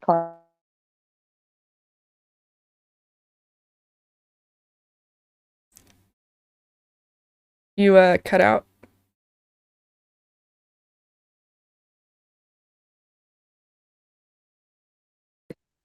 can you hear me now? Yes. All right, good. Anyways, as I was saying, I don't know how much you've encountered this. I know I've encountered it quite a few times, though, where I'll share these opinions that we're talking about, right? And I'll bring up, like, okay, like, I understand we as women suffer and struggle, but instead of making men out there in the gaming world and in our world the enemy, how can we bridge that gap? And I have heard a lot of pushback from fellow women of, well, you're not a true feminist. You're not actually supporting women because you're not wholeheartedly women only. Like, We can. isn't the point to work together, though? Yeah, like, It's like reverse segregation. Yes, and that's the thing. So that is a place where I don't like boxes, where I haven't put myself in boxes. Like, everyone down here calls me a dirty liberal because I'm not Southern Baptist Republican, so I'm automatically dirty liberal. Whereas I sit right in the middle because I have guns. I have a gun. I like shooting them. I like hunting. I like all of the weird ass Republican shit, but I still understand the need for social concepts, for social changes. And so that's where these boxes become dangerous, because you have a major divide. So you have feminist versus misogynist, or you're not this, you're not that. And it's, I'm doing what I can. And any effort is a good effort. Like, why? Because I can't strip down in the street with my bra to show that I am a feminist. That doesn't lessen the other things that are being done, the conversations that are being had, the battles that are being fought for that cause, just because you're not displaying it out there, because you're not tattooing it on your forehead, I'm a feminist. Like, you're just cutting off the conversation of, I'm a feminist. Because that's also a triggering word for some people. Some people just shut out the rest of what you say after that. And that's not fair to you, but you also have to realize there have been some fucking assholes. Like, it's nothing in life is ever black and white. And that's a concept that I try to push and I talk a lot about, is things will never, ever, ever be black and white. Like, it's all how our own brains frame things. Which is kind of interesting. It's how our brains frame things and how other people frame things. So yeah, it's automatically gray because it's two ideas at once. That was wild. I've never thought about that. Because it's like pink and blue make purple. Yep. You have both of these at the same time and constantly. So I think, yeah, you should be taking in kind of everything to get a feel for what you are, what you like, not just I am this and this only. Because And that it's like, sucks. who decides those labels anyways? Like, who decides what the right way is for it? And the part of any social justice movement throughout history, if you look at your history books, is simply put, making people included and equality, right? So, go ahead, sorry, Z. Oh no, I'm just fixing it because it keeps cutting it off. Ah, gotcha. But like that's the thing though, it's like who's to say what's right, what's wrong in those instances? And I'm going to tie back to what Chillin had said earlier. It's that gatekeeping mentality that I feel like holds a lot of people back because people are so quick to put someone in a box and say your box can't be near my box. Yes.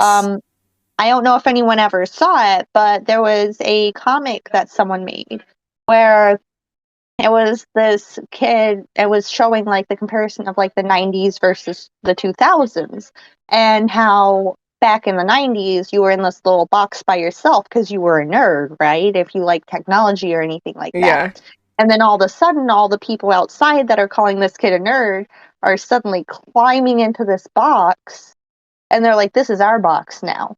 And that same kid that grew up in that box isolated is like, oh, why are you guys in my box and kicking me out of my own box? Exactly. Like, what do you It's like benefit that. from that? It's like that episode of Ed, Ed, and Eddie when they were 75 days ahead of everybody else. And then the moment it catches up with them, now they're in the shadow. Man, cartoons were deep. 90s cartoons. Nowadays, it's just random shit. Yeah. Yes. But I think that's like it's literally it's everything. The one thing in life is there are cycles, and there's never not going to be cycles. Because just human nature, we love sorting things. Because if we place a label on something, we feel like we understand it, even though sometimes we don't take the chance to be like, oh wait, is this the wrong label? Labels are meant to be torn off too. And they can change. You think Walmart's prices just stay the same all the time? No. They got to keep that business going. You got to change them numbers. And that's the thing too, is labels are they're good and bad. Because some people are psychopaths. That's just kind of like a fact. Yeah. We don't know why, it just kind of happens. So there are those.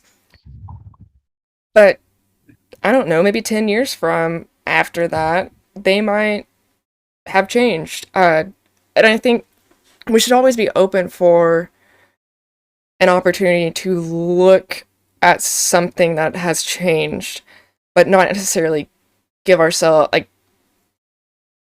piece of ourselves to it by investing in them, because that's where we end up hurt.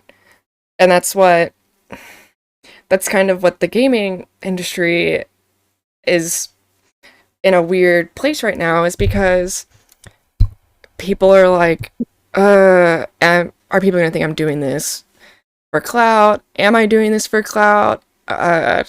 Is this a problem? And there's all these questions, and then no one talks about it, and it's just, it's so muddled. And that's the thing. Elden Ring actually is a good example of that. The accessibility issue, right? Where I don't know if you saw, like, I got fed up with it because I saw so much around my timeline. I just put up, I was like, all right, as gamers, what does accessibility mean to you? And actually just wanted to see what people said. And it was funny because for all these people that are out there arguing about like, oh, easy mode is accessibility, like I only saw like 2 or 3 of those pop up. And one person said to them, accessibility in gaming is the ability to turn off copyrighted music when they stream a game. a lot of people were explaining with their different abilities what makes them able to play that game and enjoy that game, and just personal sharing of what this word means to them. Yeah. And it was really interesting to see that throughout the entire internet, right? People are tearing each other up saying like, oh, well, accessibility is easy mode with all these super cool hot cakes, right? And people, At the end of the day, most people understood exactly what that word meant in context. and that's a lot so of the same weird. people. That's so weird that we think of making things accessible as bringing down the bar. It's not bringing down the bar, it's bringing people up. Like, I don't think people are asking for easy mode, they're asking for options. Like, I saw a freaking guy beat Dark Souls with his feet. Yep. Like, maybe it's being able to change buttons, maybe it's being able to use different kinds of controllers because your hands can't grip them. It's being able to be flexible. And they're not asking you to solve all the problems, they're just asking for a conversation. Yeah. And I think that's kind of where we get lost too, is it's all or nothing. We feel that it's all or nothing. And again, it's not black and white, it's not all or nothing. It's taking one step after the other. It's figuring this shit out. March 12th, tomorrow, is the Game Accessibility Awards. That's awesome. That's so I'm excited cool. for that one. Oh, and that makes me, so there in Adriana's server, there was a guy that's like, oh, I love games, because I posted the Ukraine bundle, and he was like, but I can't play a lot of them because of accessibility. And so I went through the list and I was like, hey, these are the games that have this. Like, I know, like, it's a thing, because there are some developers that have disabilities. I don't think there's ever a loss in making things more accessible, because then everybody gets to enjoy it. Like, what is that hindering to you? How is that affecting you by helping someone who was already dealt the shit hand of cards that you don't even understand how they deal with it, but then you're gonna turn around and be like, you can have fun. No fun There's for also you. some games for blind people too. Yeah. Mm-hmm. I have a blind guy on my battle.net. He was on my technical support team. And he fucking did the thing. Everybody was like, oh, he's gonna drag us down. He did his own damn thing. I let him do his thing. I wasn't over his shoulder checking to see if he made mistakes. I let him do his thing. Because if you applied for this position, you're qualified for it. You should always have that chance. Because who am I to be like, oh, you can't do this? Yeah. Like, there's so many options nowadays. And it's funny, right? Because when we talk about accessibility in these scenarios, and then I hear the same word be brought up, right? Where when we talk about women in gaming, accessibility, especially in the competitive environments and things like that, people don't look at it the same, right? Yes. Like you just said, accessibility is simply making something to where more people can enjoy it, more people can participate in it. And I feel like that's what's missed when, as women, we say like, hey, we want more accessibility for women in gaming. People think like, oh, well, they want like all girls, everything, and men are cast out. Like, no, we just want to be able to be there. And like, we want to have those same opportunities. It's that simple. That's exactly like the US soccer team, where they're like, oh, well, they don't have as many ads. They don't have this. Okay, well then... They win more games. Yeah, maybe start bitching at the ad people to support them more. They're like, oh, people don't watch them. It's because of that fucking mentality. People don't watch them. It's not commercialized as much. It's not aired as much. Like, oh... You have to, like, tune into certain channels to see shit. And that's because people don't watch because it's not accessible. Mm-hmm. Accessibility Awards is voted on by gamers with disabilities, so it's actually, wow, with a wide array of options. And this is all organized by Alana Pierce, another badass woman in gaming. Mm-hmm. And that's so cool, because I would have never known about that if you had mentioned it. It's something that's not talked about because people don't talk about things that don't apply to them. And that sucks too, because I'm sure a lot of people with these needs would love a helping hand, because you have to step back and realize whatever they're doing is going to be 10 times as hard for them than what you have to do. So how is it hurting you to just help them? Yeah. Because you can already do it. So, true story here. Based on what I was just saying in your chat and what you were saying, Clive. When I worked for the Microsoft store, I was a gaming expert for Microsoft, so I did a lot of sales and support for Microsoft gaming stuff. When the adaptive controller came out, we actually had a woman who used to be a top 500 Lucio player. She was a Lucio main.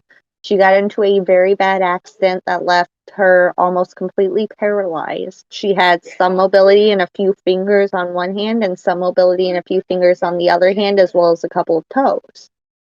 She was unable to play Overwatch, and that was how she met her husband. That was how they got together. That was part of their bonding time, is they would play Overwatch together. And in the blink of an eye, this was taken from her. So not only did she have to deal with the loss of everything else she could do in her life, she had to deal with the loss of an important bonding experience with a loved one. So when the adaptive controllers came out, it was really cool because I had her come in, I gave her a demo, showed her how we could set it up, and how she could either have her husband help her co-pilot or play on her own. And when I tell you, this woman broke down in tears, and she was like, I haven't been able to play this game since my accident, and I'm actually able to play like I used to play. And seeing how much that meant to her, just having that independence again. Because a lot of people don't realize, too, if you have disabilities, you are extremely restricted in what you're able to do, ranging from your income, how you get your medication, what doctors you're allowed to visit. And independence in general. Yeah, the way the system's set up, actually, and I've learned this from following a lot of other fellow gamers who are disabled, that I've met, because I talk about my own personal conditions where I'm fortunate enough that I can still walk around and move around. I'm very lucky in that scenario. There are others out there that don't have that luxury, and I learn from them because I acknowledge that the reality is one day I might be in that boat too.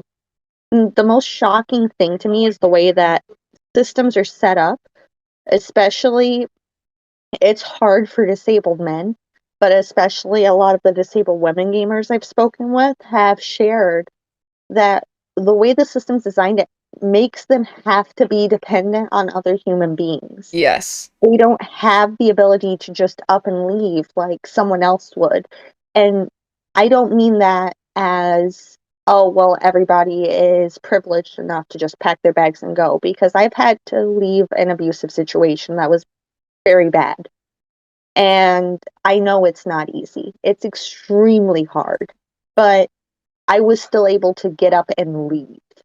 Whereas some people with disabilities never have that opportunity. And that's just horrible. And it's because they just want a chance. Like, can you imagine if, when paraplegics didn't, before they had wheelchairs, if when they were like, hey, can you guys maybe help us figure out a way to walk or get around? And we were like, nope, sucks for you. You can't walk. You don't get anything.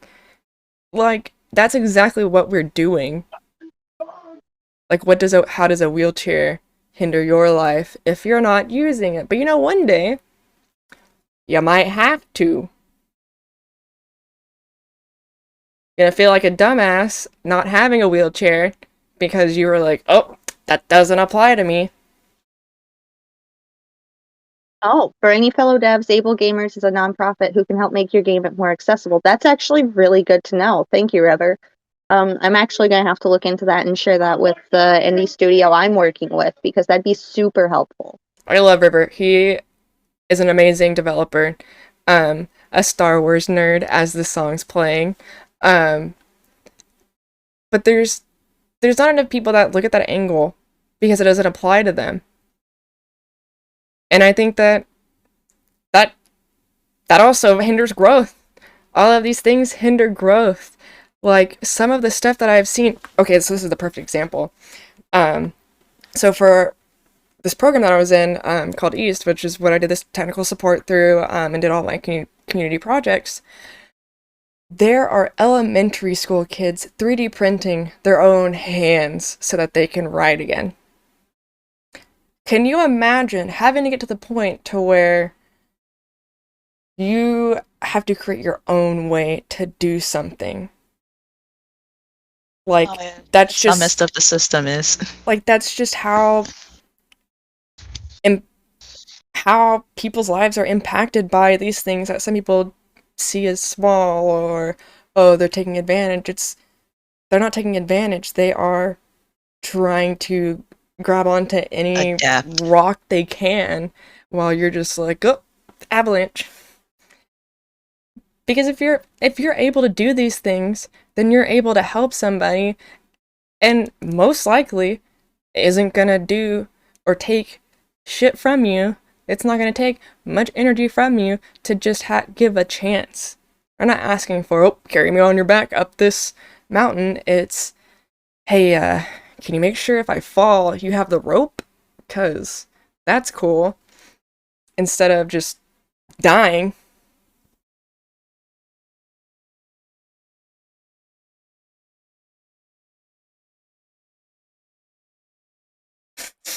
Speaking of dying. Sorry, my phone things because I sent someone a Discord invite. Super awesome. I love my phone.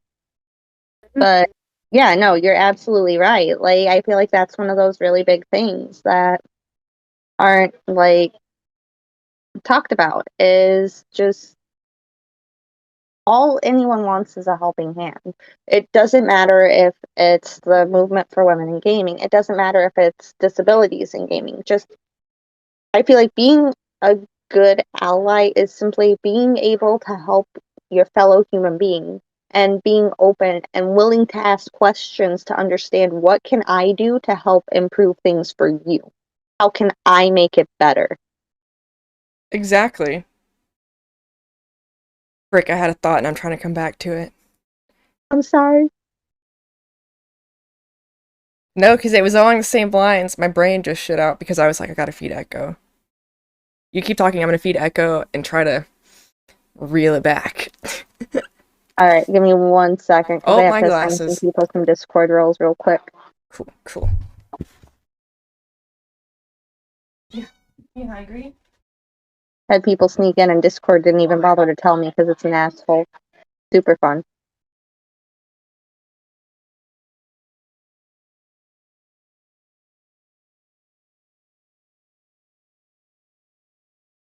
But yeah, like one of the big things that I feel like a lot of people underestimate too is how simple allyship can be, no matter what you're looking at, right? Like, no matter what you're seeking to be an ally for, there's just this very simple thread of, hey, I want to help my fellow human being. How do I do that? How can I help you? And it doesn't have to be perfect right away. Like, nobody is perfect. There's not a single perfect human being on the planet. And if they tell you they're perfect, they're probably lying, because we all make mistakes. And it's a matter of, if we make a mistake, do we own up to it? I mean, shit, there's been plenty of times in my journey and allyship for not just women in gaming, but my friends who are trans, my friends who are agender, my friends who have disabilities, where I haven't been as educated as I would have liked to be. And the first thing I did was I reached out to people who are directly affected and said, hey, this might be exhausting, so it's okay if you don't want to answer it. However, I have this question. Can you help me understand? Can you educate me? Because that's what we need to do if we want to be true allies for people, right? We need to just ask. Yeah, and that's what I remembered my point. People don't understand how hard it is to reach out for help. Like for someone with accessibility issues to be like, hey, I can't do this, so could you help me? Like that breaks down your wall of pride, and it's something that you may not have ever thought you'd have to do or that you want to do. And that is one of the things that is I have to step away for just a second. I'm still listening. but that's like the biggest thing is we automatically assume they're just asking for an easy way out when it took a lot for them to get to that point of help. Because we are very prideful people. It's just kind of it. And for some reason, weakness is just a point to get stabbed, a break in the chainmail, but it doesn't have to be. And that's kind of the cool thing about, admitting your flaws is you're going to learn something from it. You're going to learn something from it. If you don't, that's a problem. But you learn to adapt, and that's what makes us alive, is the ability to adapt. And oh god, I'm bringing in science. But it's homeostasis. It's constantly adapting to survive, to thrive and be better and make things. Because if we're not doing that, what are you doing?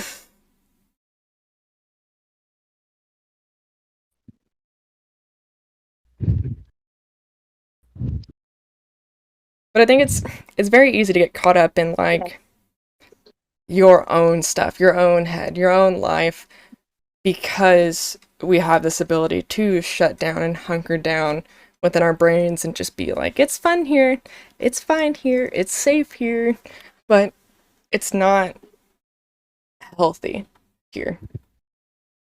And with that too, the other part I have to bring up with this is, and I see this happen a lot.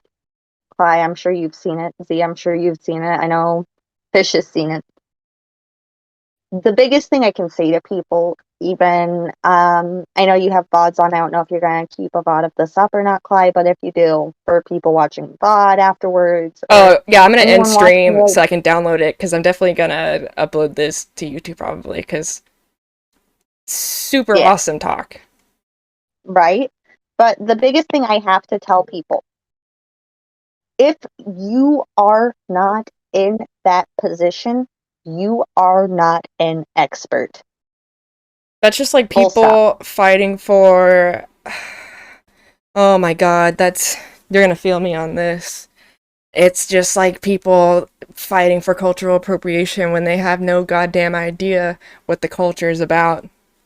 Like in my sorority, they banned for Halloween sugar skulls, and I'm like, my mom was like, oh, let me paint your face in your sugar skull, and I'm like, I can't, I'll get in trouble, even though I'm Mexican. Because how dare you show your culture? How dare me appropriate my own culture? Oh no! And I think people are too quick to jump down people's throats. It's just like, oh god, I don't know how to say this. Well, because it's so while you're thinking about, oh, go ahead. Sorry. Because it's one of those things. So dreads. There's the big argument about dreads and braids, and I'll defer to Z on this one. Yeah. Just because she has the experience. Yeah. Well, that's who I was talking to. Was I'm trying to word it like, there are some people that do it just for clout, but I've had friends that are like, it's so beautiful. Like going to the Caribbean and getting braids, like that's kind of weird. Pulling a Monica from Friends. Yeah, like that shit. Like trying to overtake the whole thing without giving credit is the problem.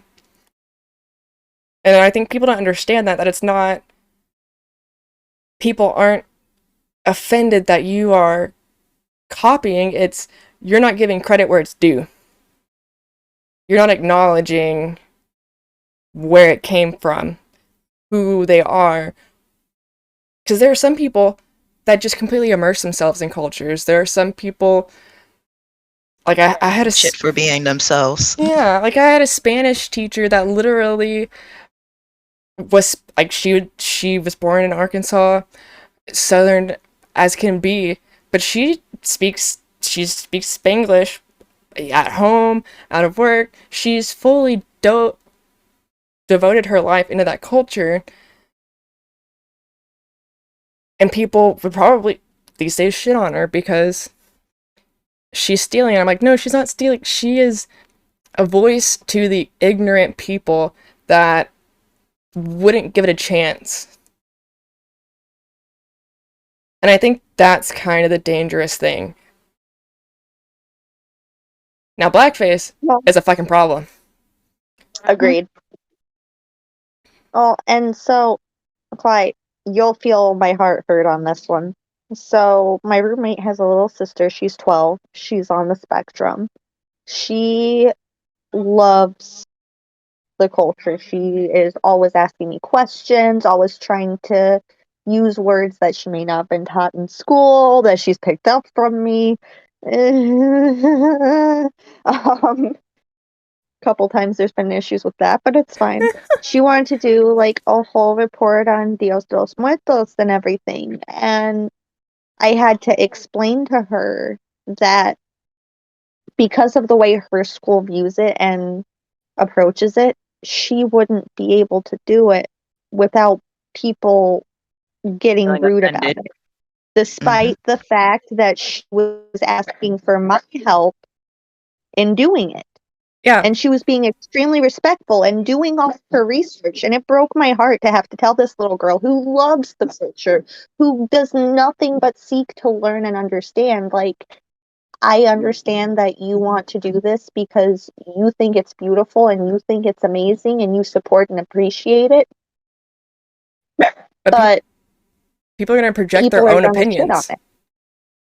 And that says a lot for people that do get offended for other people. Like, first of all, I didn't ask you to get offended for me. But second, I could be offended my damn self. yeah, but second, you're projecting your own thoughts, your own fucked up thoughts on other people. It's like, where are all the black people in History Month in regular schools? They don't teach it. Exactly. They don't teach you the black So- innovators that actually made this country half the times. So, and that's another good topic, Z, that you're bringing up. So, something that shocked me, a little bit of background. I grew up in Oklahoma. The school that I went to, I was very fortunate, was a top 100 middle school at the time. I think my learning experience was very privileged and very different to most Southern schools in that we were taught about the Trail of Tears fully from the tribes in the area and their stories that were passed down. We were taught about Tulsa and Black Wall Street by people whose families had lived through it.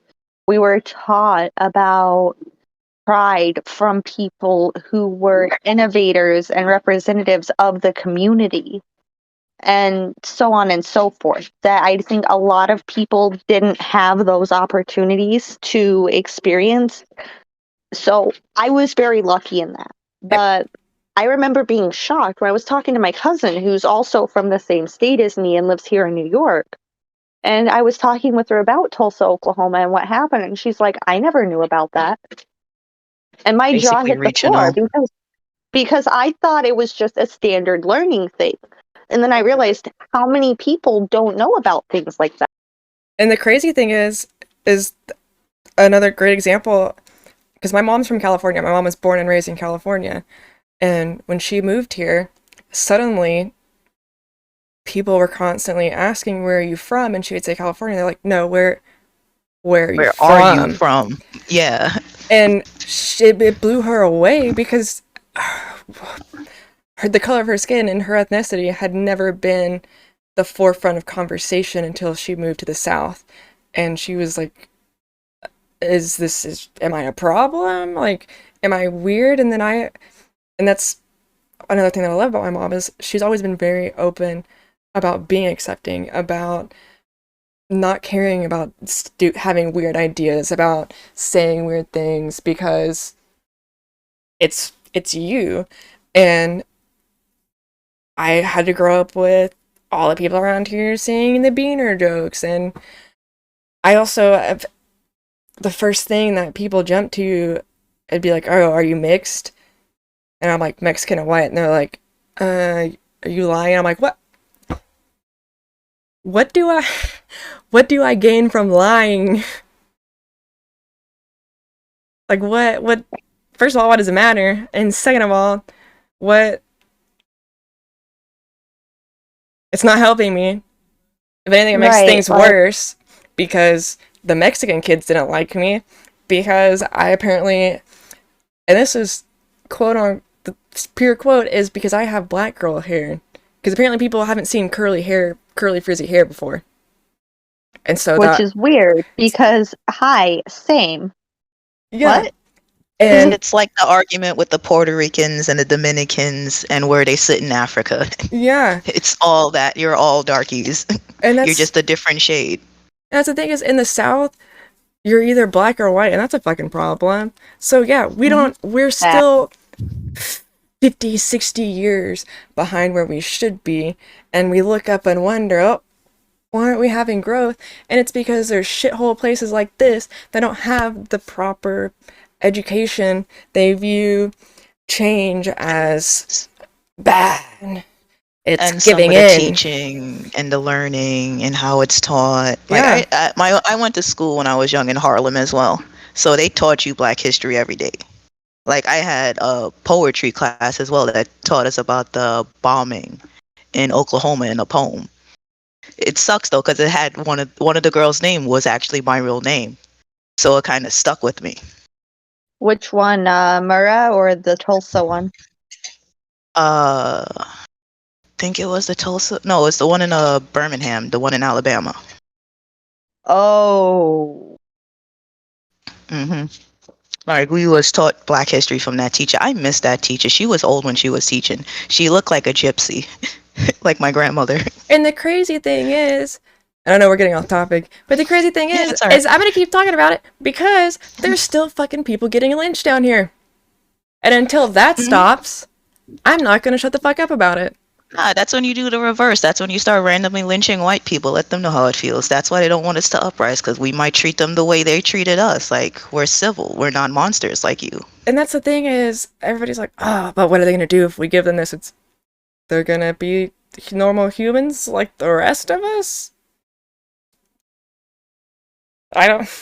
Like, that's the thing though. They're gonna like, take over it the goes world! back- it goes back to like what Territory at a time.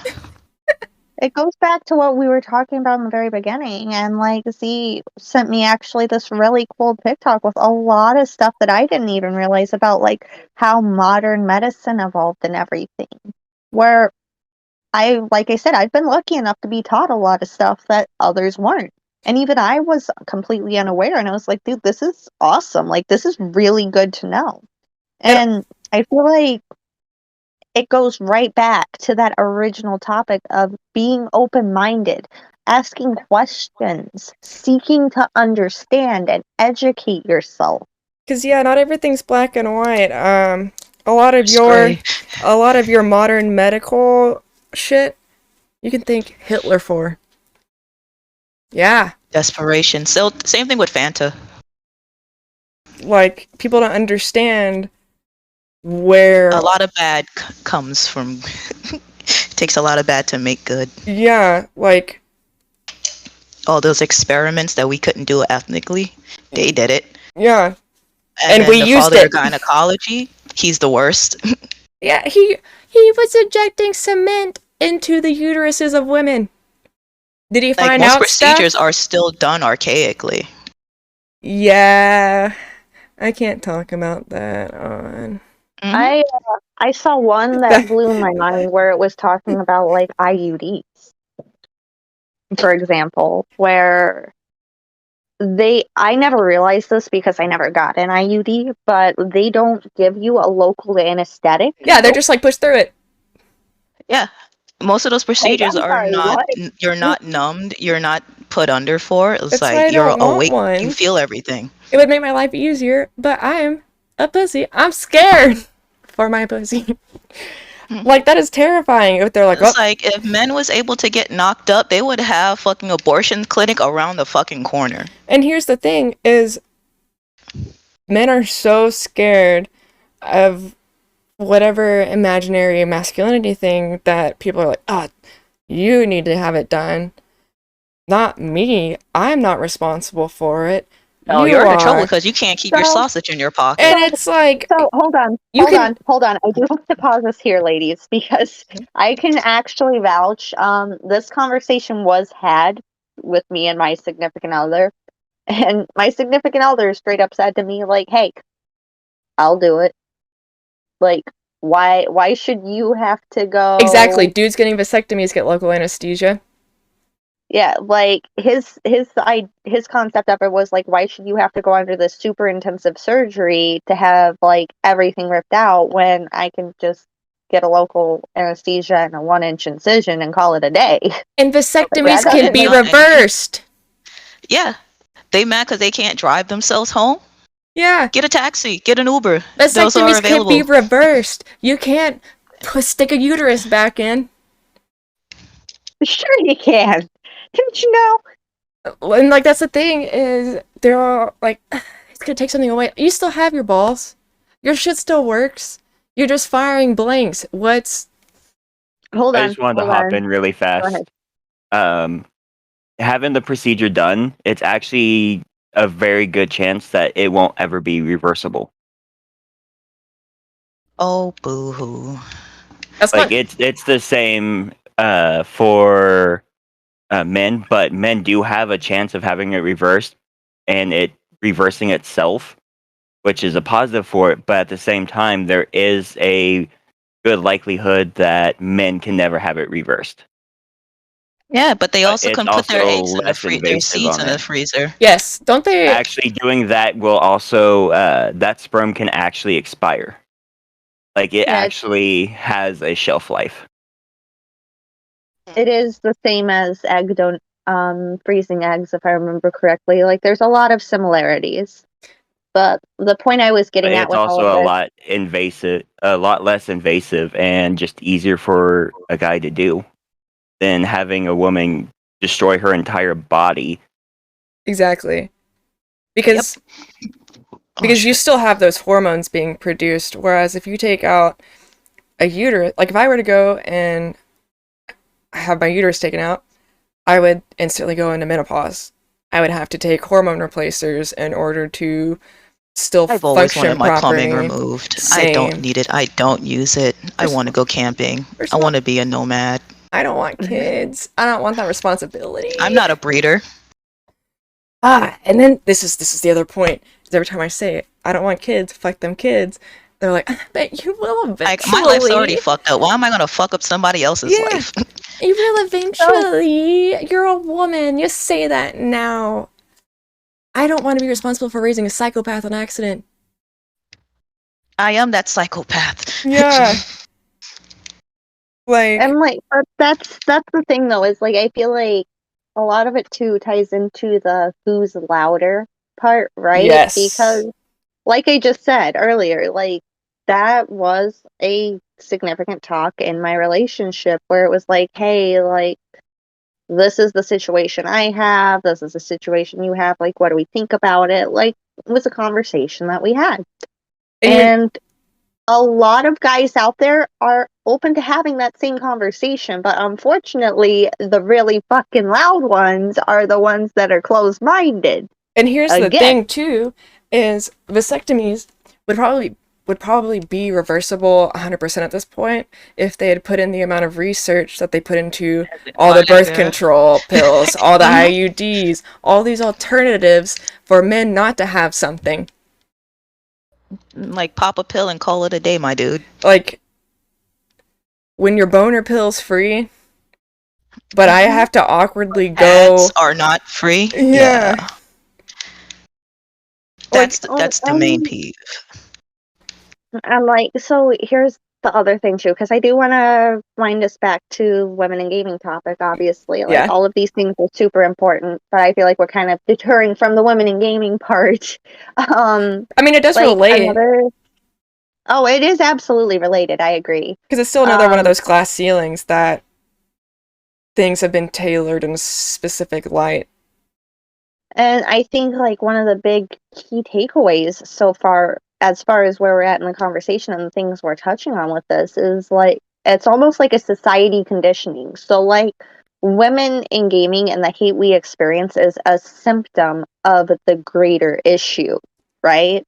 Is we're not Like talking. just like how dudes getting shit on for defending us and saying, "Hey, homie, you're being a dick," because they see a woman get hate and then they're called Yeah. a simp and a white knight and dragged through the mud for it. And Is some also girls a bitch at them symptom too. of, yeah, it's a symptom of the greater issue as a whole. And it's important to really like take a step back and look at that big picture, because nothing, like you said before, nothing changes overnight. Like there's no, we're gonna have this conversation, snap our fingers, tomorrow everything's gonna be great for everybody. Like, Yeah. I'm a realist. That's not the case. The thing is, you can use what you learn in these avenues, in these discussions, and the takeaways from it, and say, hey, this is somewhere that people are coming together to work for the greater good. And it makes a windmill effect, right? It's I'm going to actually relate it back to when we started our financial protest in support of the Activision staff when the news came out last year. I brought up, and people called me fucking stupid for this. Like, hey, if one person doesn't spend $10 on that cosmetic bundle, and then they tell their friend, and one of their friends don't spend $10, that's $20. You get 10 people, that's $100. That number starts adding up real fucking quick. And this also applies to if you're voting. playing the game, yep. And if you're still playing the game, they still have to spend money, but they also have to keep those jobs for people open because they need people to take care of those servers. Like, everyone was treating me like I was just some fucking psychopath when I first brought it up. They're like, it'll never work. And next thing you know, like, I'm seeing people. And I think the thing that bothered me the most about this was I had guys, right? Fellow male creators who had told me I was stupid pop in my DMs and ask me, how should I make this petition? And how should I phrase that I'm boycotting this? And I'm like, but it's all laid out already. Like, why can't you just support that? And we work together. Why do you need your own of the same thing? And that's the Is that self-serving. where the hacker thing popped up at the same time? Mm-hmm. Yeah. It's Like, really? It's just self-serving. It's look what Mhm. I'm doing, because I'm not part of the few that are involved or impacted by this. Look what I'm doing. And that it's another fucking double-edged sword in the fact that the people that do try to help get shit on. So like Hassan raising money for the Ukraine, they're like, you're just doing this for clout. He didn't have to do it, but he is. Like, not everyone is helping other people or doing things to help other people for clout. It's some people genuinely want to help. And that's the thing, is when did it become a bad thing to help people? Yeah. And like that's the big thing, is like I'm sitting here and I'm reading these stories of people who created the games that I met friends on that had characters with strong female characters that inspired me as a child. Like getting treated like absolute garbage. And Getting it's like, roofied like a okay, frat party. I don't work there, so I can't directly like go in and punch Bobby Kotick in the face as much as I would love to. Don't get me wrong, if I ever have the chance, he can catch these hands. Hello, goodbye. But like, I am a consumer. I am a community member. So I remember like, and it was scary as hell. Like, TDS had only been around for what, like a month, 2 months at this time. Like, we had not been around very long. And these are games that And you we fell were in love with. And we're a competitive Warzone team in our infancy that's grassroots funded. So, like, everything is on the line with how this is handled, right? And I'm like, well, you know, like, we have, like, sponsorship stuff going on and everything. Like, we're contractually obligated to still play, but, like, I also don't want to support this because of the way Exactly. these people are getting treated. And I think my artist brought up the very best point about this, right? And what she said was so damn spot on. Where she's like, "But I love the work that the devs made. I I don't want to feel punished and like I shouldn't play something I love, that I have memories that's helped me through COVID and mental health struggles because of some asshole. Like, why should I stop loving something that these people created because this person was a piece of shit?" And also, Like, I wouldn't want to give microtransactions, and I started looking into it and realized, oh shit, all of their money comes from microtransactions. Huh. and that's the thing too, is at the same time, you're loving the content, but a lot of those devs hate it because they were put on these restrictions, these time restraints that they burn themselves out on, that they just kind of had to vomit out and then see all of the shit that people talk about their games. So, like, Call of Duty now, that's someone's baby.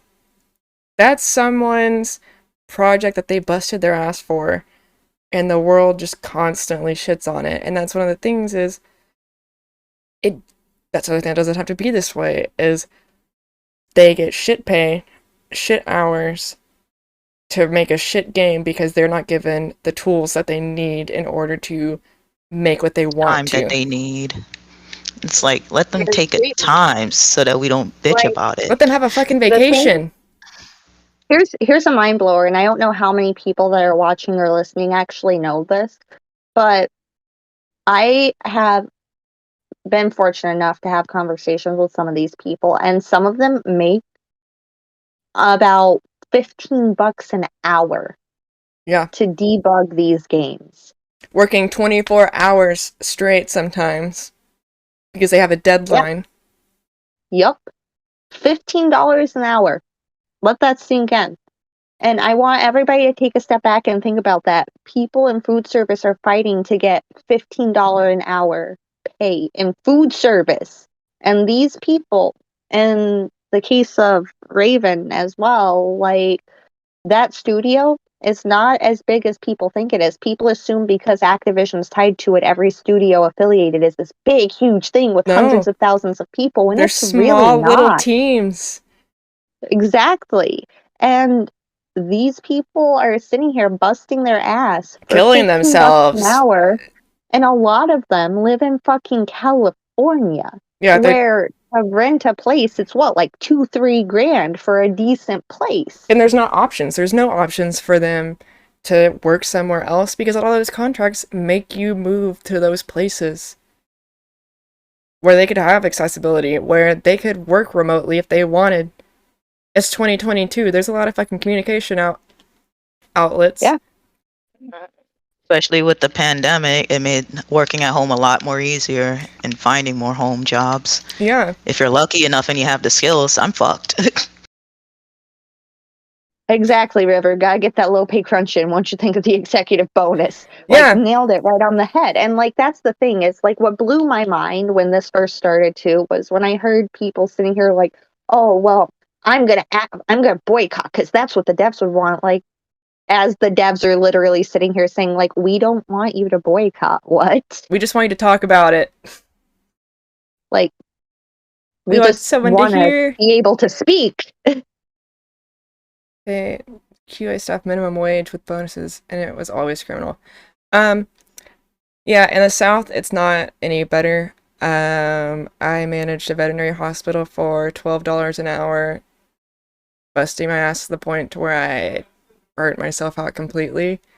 So kind of as a whole, we have to start respecting people as humans, as their abilities, their capabilities, because it's not always about the top, which I don't understand how you don't feel guilt being at the top and flourishing like that while you're watching your workers have to scrounge up money for rent or for food or for basic necessities. Like, how do you sleep at night knowing that sometimes they can't feed their families? Some moms skip meals to feed their families. Some dads skip meals.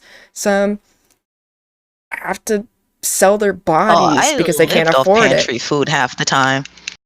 Like, it's not people are wanting to be millionaires, it's people are wanting to live without having to Survive, worry.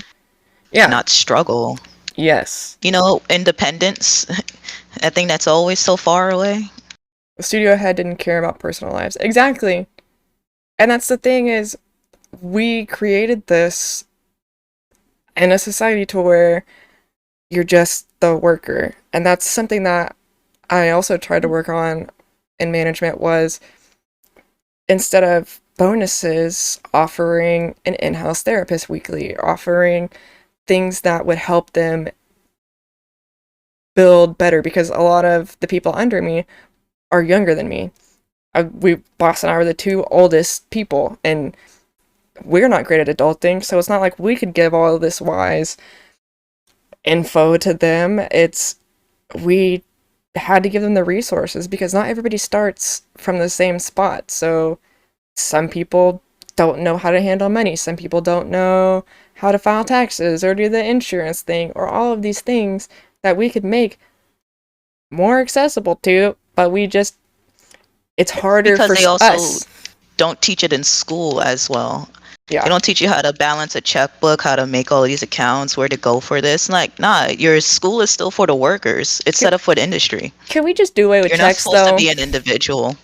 Can we just fucking Like, do they away took with home checks? economics out. They took shop out. They took all the trade school out of the main school. Not here. No, Not we still here. got shop and Oh, we still have agri. Boy, the dirty South. I told you, it's 60 years behind. Yeah, no, like you can learn New a trade York. when you're still young and adapt to it and want to do it more when you get older. And that's Yeah. something that it is too, is people are pushing for more education instead of But trade people jobs. can't afford Yeah. education. Like, why not give people the option and talk up about a year or two in community college and then going and learning a trade, or starting trade schools? So Or start making so many hurdles just to get into a basic program. Yes. here's another thing that blew my mind, and like it breaks my heart because like I said, I've made friends with quite a few people through all the stuff that happened with Activision and everything. Is like, before what's currently been taking place with them, a lot of the women in there, very, very talented women, in fact, were just kind of kicked under the rug. Like, they were getting passed up for promotions by male peers who didn't even have similar qualifications.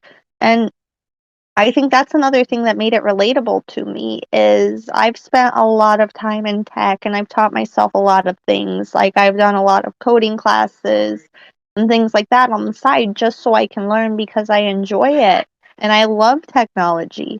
And And when that, I talk to people about it, they act like shocked, like I'm some alien or I had a third eyeball on my head. that was my favorite part of running a tech team, was that first meeting that we would have before the conference. So for 6 years, the first year I wasn't leader. The other 5 years I led it for a conference of over 20,000 people with online views and shit and CEOs and crap.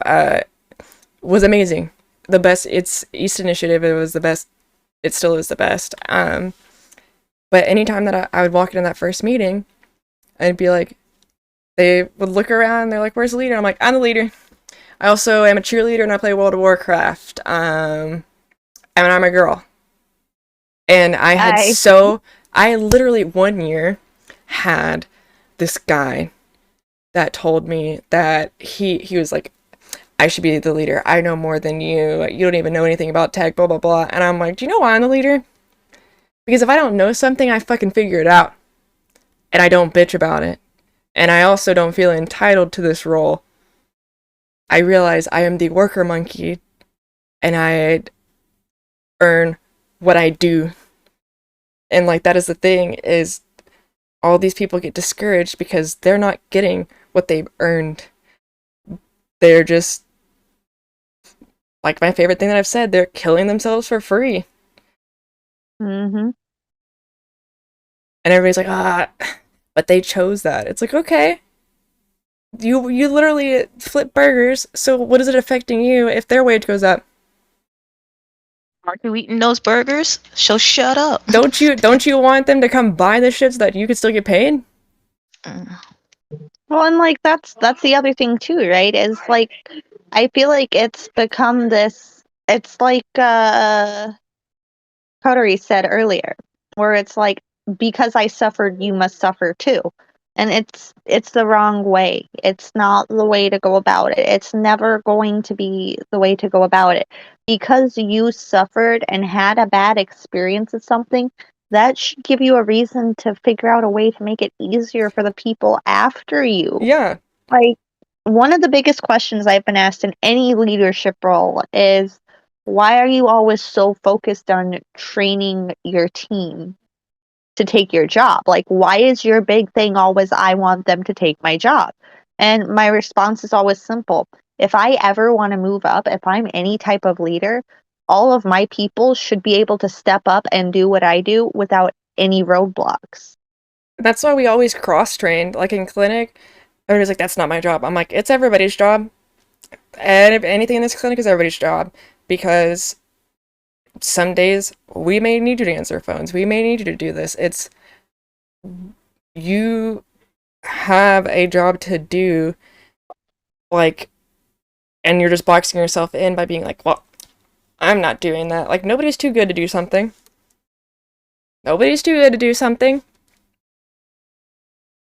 And that was the shitty part about moving up in management, was everybody's like, you didn't earn that. I'm like, I don't think you realize all the hours that I put into it, but also all the shit that I do is to try to make your lives better, like me trying to negotiate raises and stuff. Like, it's not for me.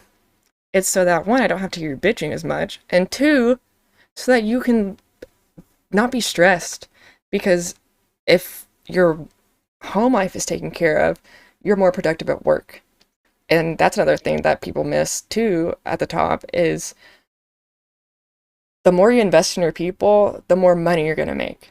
The more you make your people comfortable, not have to worry about other stressors, then it's opening the door for more collaboration, because they're able to think about something other than, oh, fuck, did I pay that bill? Am I going to be able to pay that bill this month? Am I going to be able to do this? Am I going to be able to eat? It's literally the basic pyramid of needs, because if you don't meet those things, that's going to be on the forefront of your brain, not, how can I make this weird ass alien fuck a planet? Well, and like that's the thing, is, once again, like, I keep referring back to the point of, like, women in gaming is a symptom of the greater issue. Like, all of these issues that we're hitting completely cover what's going on Yes. as a whole, and still tie back into women in gaming. It's just, women in gaming is something that a lot of us can relate to. Unfortunately, as much as I hate to say it's a trendy thing right now, it still is a trendy thing, sadly, because apparently it's shocking to people that there are other people that have boobs and are human beings that use video games. Fucking wild concept. I know, it's just crazy. But like, it's the same concept, right? Like, I can't tell you how many women, especially in the competitive Warzone scene or competitive COD scene in general, I've seen where they feel so shitty and so let down because they're trying to get into these opportunities and they just don't get the chance to participate. Like, they're trying their damnedest, and it's like, for every one tournament we see a male player win where they're getting their praises sung and they're awesome and they're amazing. We have to win 5, 6, 10. And they'll And say then you cheated. still, yeah, that's what I was about to say. And then they'll turn around and say we cheated when we didn't. And then we also, on top of that, get to hear, well, women have it easier. Where? Since when? Where do we have it easier? I don't see y'all bleeding every month. And still standing up. I don't see y'all having oh god, jeez. I don't see y'all cramping and crying every month. Sorry, I fixed my bra. Look at that. Speaking of women in gaming. You're wearing one? What? Oh no, the strimmer. I got that push-up bra. Then again, I'm one talking. I'm still in my sports bra. I went outside earlier. But that's the thing Yeah, is, sports bras are the best. that's another thing that bothered me with that Valorant comment was, why can't you be good at Valorant and be sexy as hell? Why can't I show cleavage and play video games? This one with this a Hollywood movie. Alright, real talk. I just want to know how many guys can tell me how hot and uncomfortable boobs get in a confined area. Like, I hear, Moves? pardon, no, not moobs, boobs, specifically. Specifically boobs. Because, like, I'm gonna get real crass here for a minute because it's 11 p.m. here, so we're on the after hours crass level me. Y'all always want to talk about having sweaty balls. And how your balls stick to your leg. I heard about the The testicles are just as bad. Now, I want you to take that feeling, slap it on your chest, and enlarge it, please. And then please fill me in on how comfortable it is and why you wouldn't wear something to make it a little bit more comfortable if you could. And first of all, they do. That's why some guys don't wear boxers. They wear boxer briefs, or they wear briefs because they're like, my balls or dick hurt if I'm wearing boxers, whereas the other ones, it just like keeps them supported in. In that case, they should just wear a jock strap. Keep them tucked. But like that's the point I'm getting at though, is like you don't see women going around making fun of dudes' underwear. Exactly. Or telling men what underwear they should wear to be comfortable. We're just like, all right, do you. If you're comfy, you're comfy. Good for you, man. Oh, your bra strap's showing. But like, we wear a tank top while we're playing video games. Like, we're suddenly trying to be super sexual and like get all this attention and this and that. When in reality, it's like, no, dude, I am a sweaty fucking nerd. It is hot. Everything is a nightmare. The heat's coming off my TV, my console, my computer. My palms are like awake right now because I'm playing an intense game. Like, yeah, we put it in a bigger cup. I need oxygenation. Yeah, we put it in a bigger cup. Like, I just want to breathe. Arms get sweaty, so do tits. But also, we don't, because first of all, we could see bulges and shit, but you know what? We have manners, so we don't fucking mention it. But guys are instantly like, your bra strap showing, must be a hoe. Face is showing. Yeah. And your point is? I think one of my favorite experiences that I've had as a woman in gaming, I had someone DM me one time. Straight up in Instagram, right? DMs me. First question out of nowhere, not even a hello. Have you ever had a BBC? And I'm like, have you? What do you mean? That have you? Like, if we're coming straight out the gate with these questions, like Uno reverse, you go first. And then, after hearing this, bam, unsolicited wiener. Exactly. You know, yeah, girls. Like, there was no even hello here, sir. Girls don't Like, send unsolicited pics. That's always been like, some do. I why? will say there are Yeah, some do, but why out but the gate is it always just wiener? I don't know. I have never gotten a dick pic and been like, wow, you know, this looks great. Look at this stranger's wiener. I'm always like, So glad that you wow, I said would have today. rather not seen this. What? No, Like, I will. it's just You can take wild that to one. me. I will. It's awkward talking about wieners when you're in here. Sorry, my little brother brought She me a wanted a soda. dick pic. She would have asked for it. No unsoliciting. It says it on the poster. Yeah, and I just want to know, like, who told them that that's what gets us going?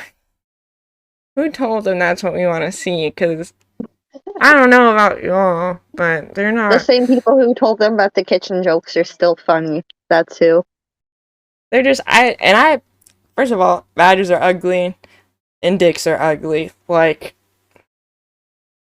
I like wrists. I don't know. Like, I like a nice, like, you know, when you see Your DMs are gonna start getting filled up with wrist pics now. send me unsolicited wrist pics, please. Risk. But no, you ever see a guy in like a sport coat with like a watch and you're like, Oh, yep, You're I know like- what you're talking about. damn, that's a nice looking wrist. And you don't know why. You're like, am I attracted to forearms now? But it's like one of those things that we're not just like, testicles. We're like, like, you have a nice smile. You have pretty eyes. But you can't tell a guy you have a nice smile or pretty eyes because then they're like, that's Also, and girly.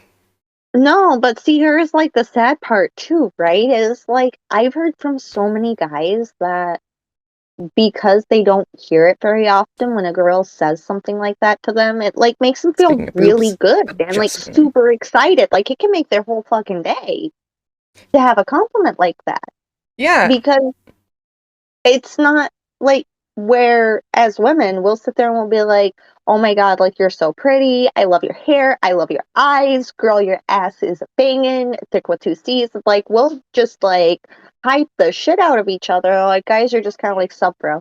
What's crazy is, so I was reading, sorry, I'm fixing my shirt so that my cleavage shows. No shame. So I was reading this Reddit post and it shocked me. I sent it to a friend, and I was like, hey, this is like actually kind of cute. And it was about this boyfriend posting, he was like, my girlfriend washed my back today and in the shower, and it was like, it was really nice. It was wholesome. It was a really wholesome moment.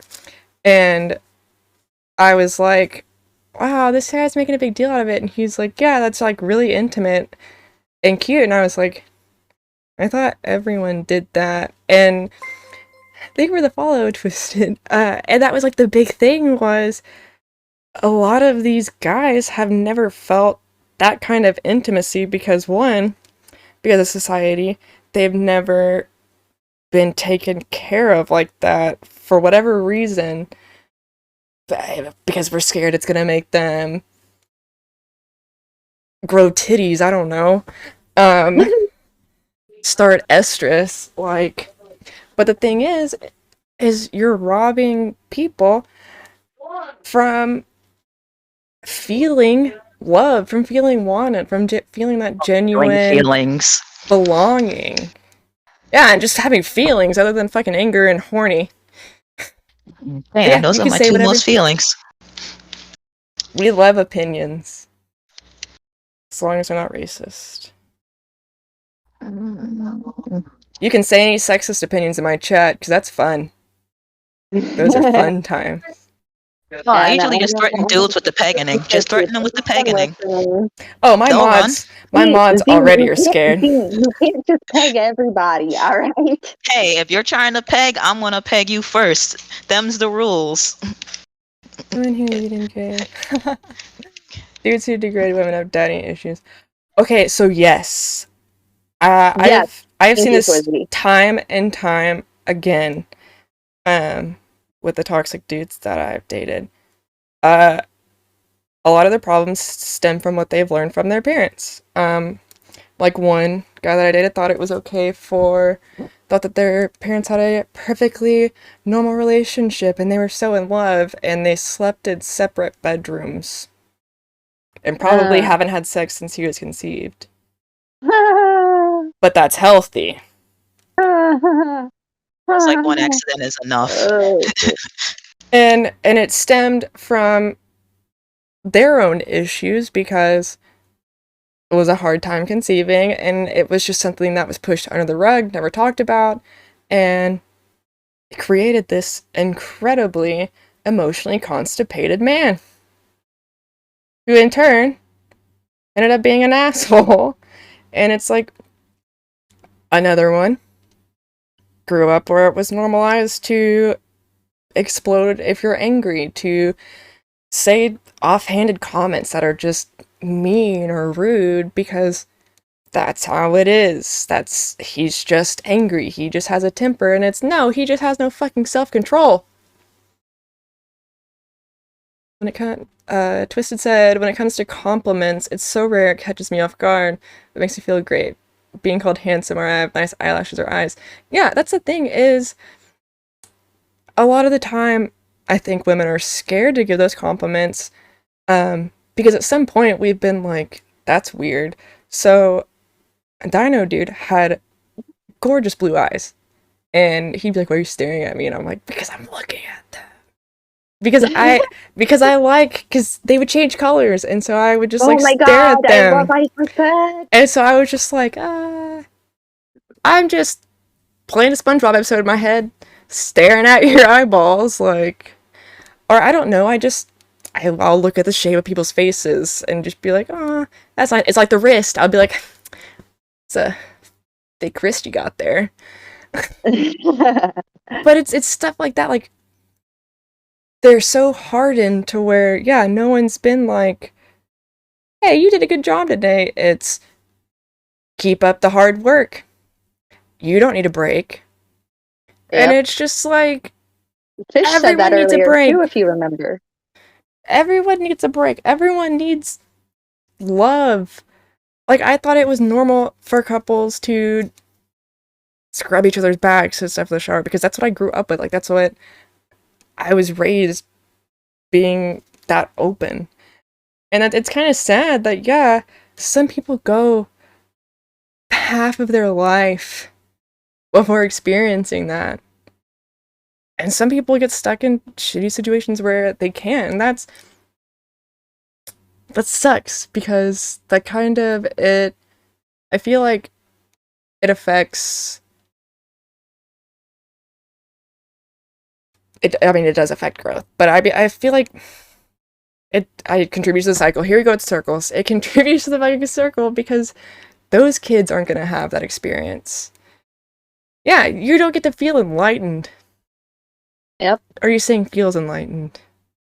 I have a friend who does all the time, and I'm like, stop. Yeah, and that's the thing is, if you compliment a guy and they start giggling, then their friends are like, look at that. Or, and that's when they start hitting. That's where the hitting comes from. Or the fucking whipped. You're whipped if you want to stay in. You're whipped if you want to spend time with your girlfriend and not go drool over girls at the bar. And I'm not saying everyone does that. I'm just saying the fact that for some reason it affects your friendship, me having a relationship, like, shit changes. It's called growing up. And I don't hear it as much anymore, but it's just like, why is it being whipped doing something for someone because you want to make them happy? I'm not saying it like a controlling way, because controlling relationships do happen, but it's just like, oh, I got my girlfriend coffee. Oh, you're whipped. It's like, no, she didn't. Next thing you know, you be making her a sandwich. What's wrong with you? Next, they're gonna take over the world. Consider it. Well, like, and that's the thing too. Is like it was actually really funny. I remember there was time when my other half decided, like, he got invited to go play. I think it was D&D with a couple of his friends, and he was like, "Oh, but I might just stay in and hang out with you." And I was like, "Why? Go see your friends." Yeah, And he's like, "Well, there might be girls there. Okay, and that's the you thing. have self-control. You're an adult. Go have fun. Bye." And Leave. that's the thing is like, if your girlfriend is controlling of your friends, that means that you don't trust each other, and that's a whole different problem than being whipped. Like, people need to stop making excuses for that too. It's like the Valorant guy that was like, oh, I can't play in lobbies with girls because out of respect for my girlfriend. That's not a respect problem. That's something that, one, she needs to go to therapy for because that's past trauma, and two, you may need to assess how you think about that because that's not healthy.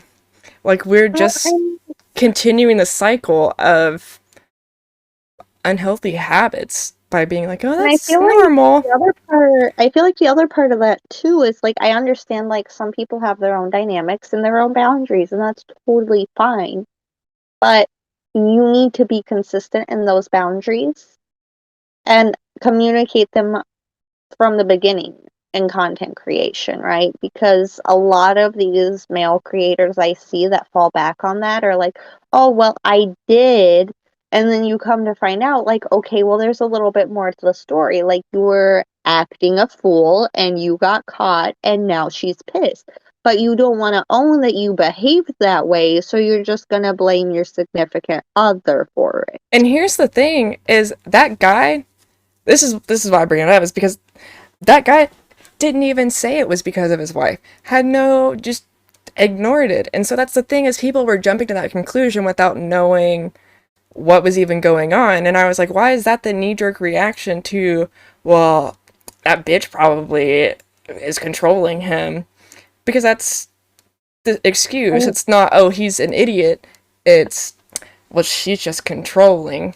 And why is she a bitch? Like, we don't know what happens behind closed doors. And I feel like that's another thing that happens with creators too, right? Like, especially, I believe it's parasocial behavior, if I'm using the term correctly. I can't remember off the top of my head because it's a little later in the day.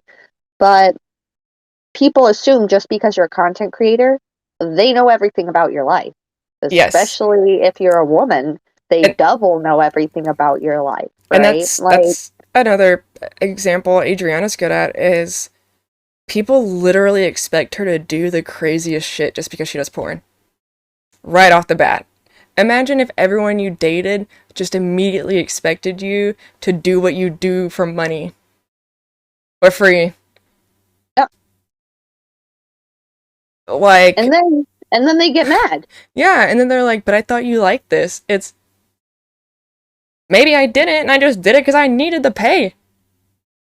Right. Like, do I come to your job and ask if you are going to do something that you normally do at work for free? Exactly. And like people will brag in her chat, I watched you for free on the other platform and I have ads now. What is this? And it's like,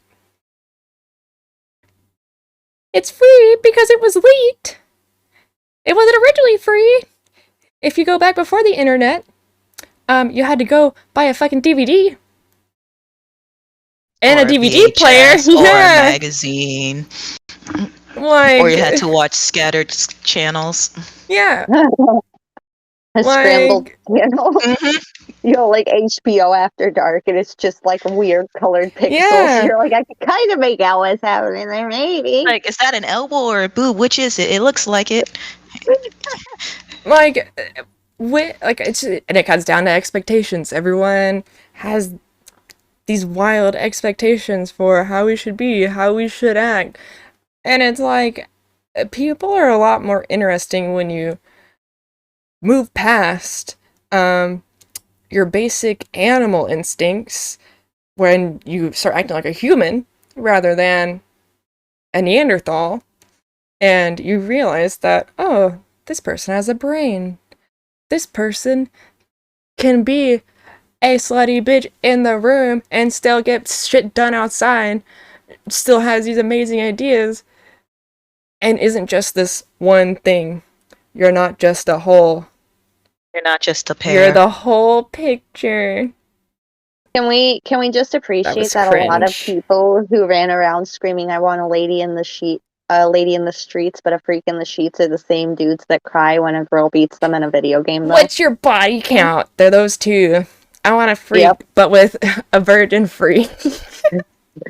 We want a freak that's Like, not what's- actually a Like, freak. what kind with no of body strings count at you all. want? How many are buried or how many are still left alive? Yes. Yes. Teamwork makes the dream work. Yes. Exactly, Plizzy. Because you know how hard it is to take a picture of your butthole? I don't know, but she was talking about it the other day. If I do know, I'm not admitting it. She was talking about it the other day. She was like, I threw my neck out trying to take a picture of my butthole. And I'm just like, God damn. But also, it's not just, which this says a lot about some people. It's not just her. They're like, oh, it's easy. It's not just her just laying there. Like, she's had slipped discs, pulled muscles and shit. Like, she's had the works thrown at her. And it's still something that she loves. And that says a lot. Well, not loves. Because you do get stuck in that box. Like, at first, it felt nice.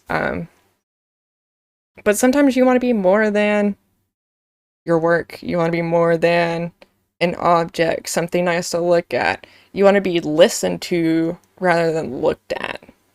Yeah, and I think actually, Clay, this brings up a very good point, and it's something that Sam had talked about in one of his spaces as well, is just that objectification mentality that people have, where, like, as soon as you are a creator or a player, whatever the case may be, all of a sudden you're no longer a human being, you're an object. And I'm sorry, like, that's some weird ass shit. Like, This is the perfect time for me to pull out my screenshots from chat just to show you how deep this shit goes. Oh my god.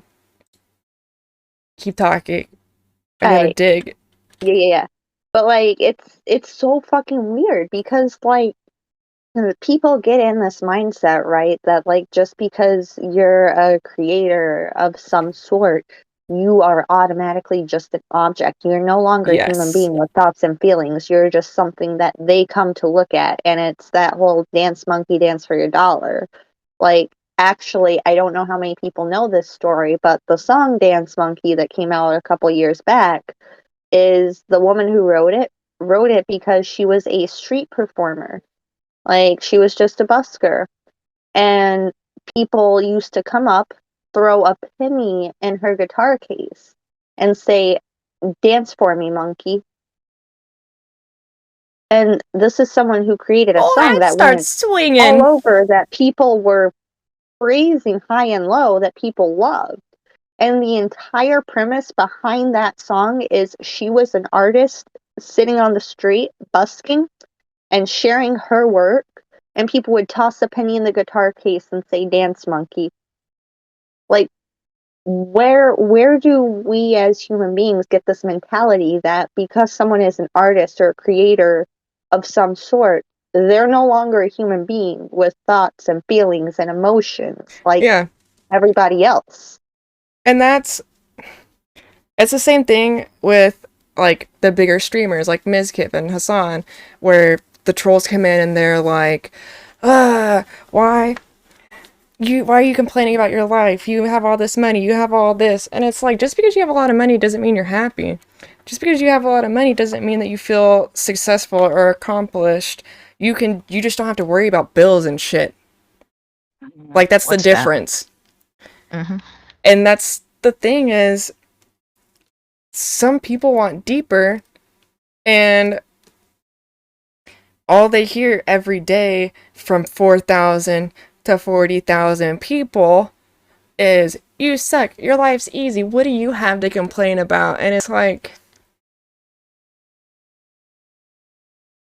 well, I mean, sometimes it's hard, and you guys complain to me every fucking day, so can I complain for once? Please?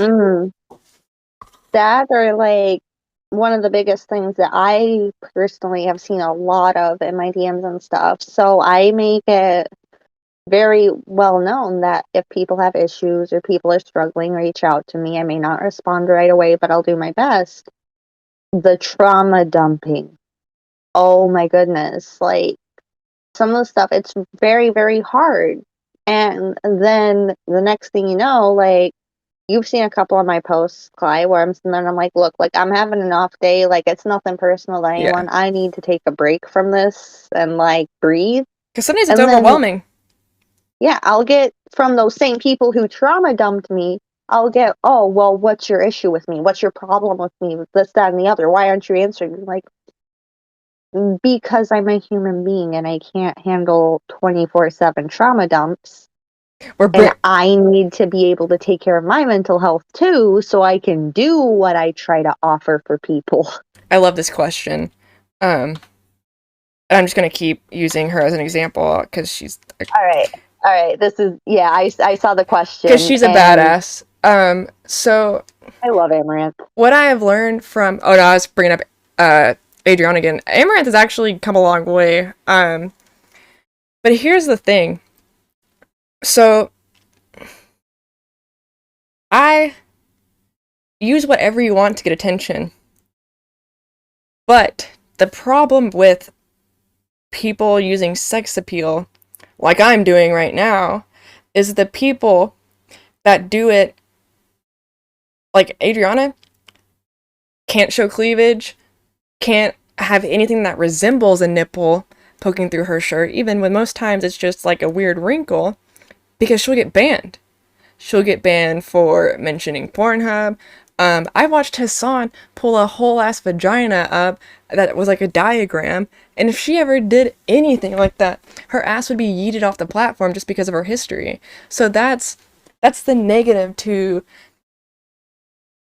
the sex appeal selling, is we're policing it for one population who actually wants to use the platform to play games. Shocker. And I watch ASMR. I'm not gonna lie, because I pass out to it.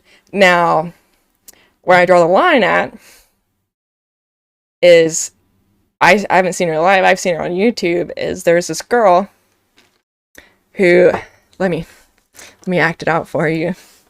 She literally has the mic over here and is just like flicking her butt cheeks the entire time, which, first of all, your back must hurt after that. But second of all, this isn't ASMR when it's like this and your face is over here and you're just like vibrating. Like, what? I mean, just go ahead and I don't even search for this. Just make a Pornhub account. Just make a Pornhub account. Here's my thing with that, right? Is like, so Twitch has an over 18, right? Yeah. That's an option you can turn on. And people don't use it. If you are going to do that, your over 18 setting should be mandatory. Yeah. Just always on. I'm a sailor. That's simple. Like, and that's the thing, is I want to be able to cuss, but I don't want to, like, 16-year-olds have heard cussing. And I'm not going to show anything more than... They've heard it worse from their family. Titties. Because, first of all, I don't have big boobs.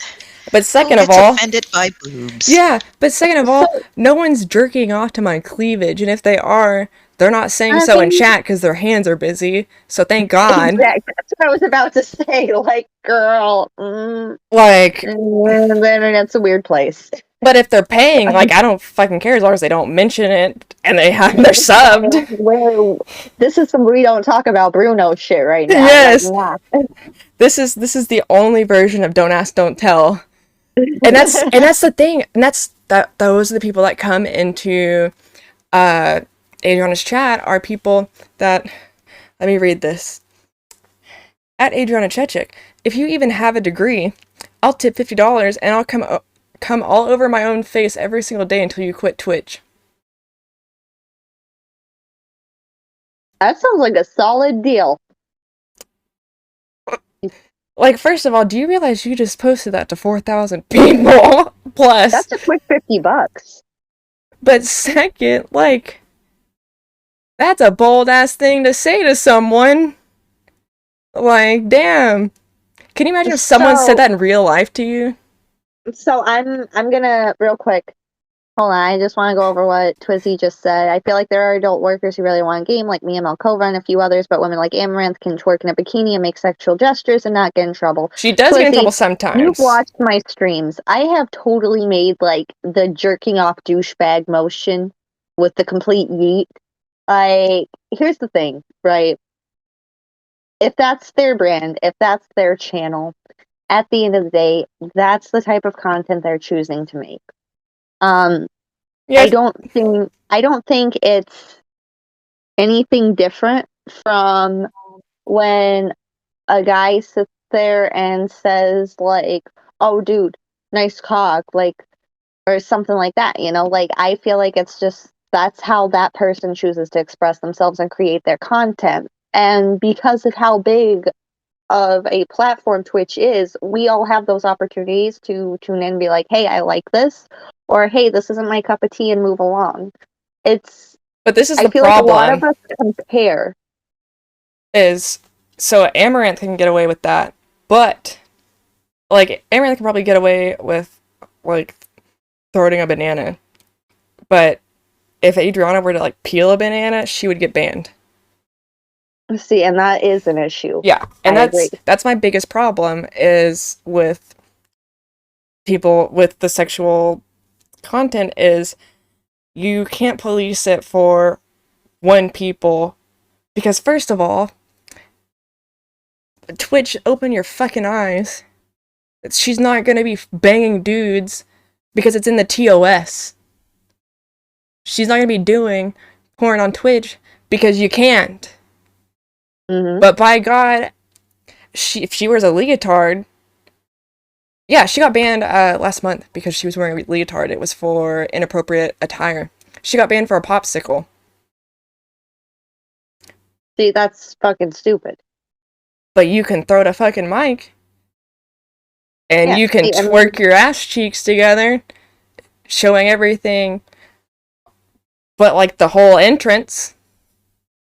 Well, it's like back in the day, like right after the affiliate program launched, they decided they were going to do a Twitch dress code for women. And, oh, I remember that. That one was fun. You remember that one? Where we were not allowed to show any cleavage at all, and everything must be appropriate as if we were going to work. But just if you're a woman. And then my favorite argument is, well, I don't have my dick out.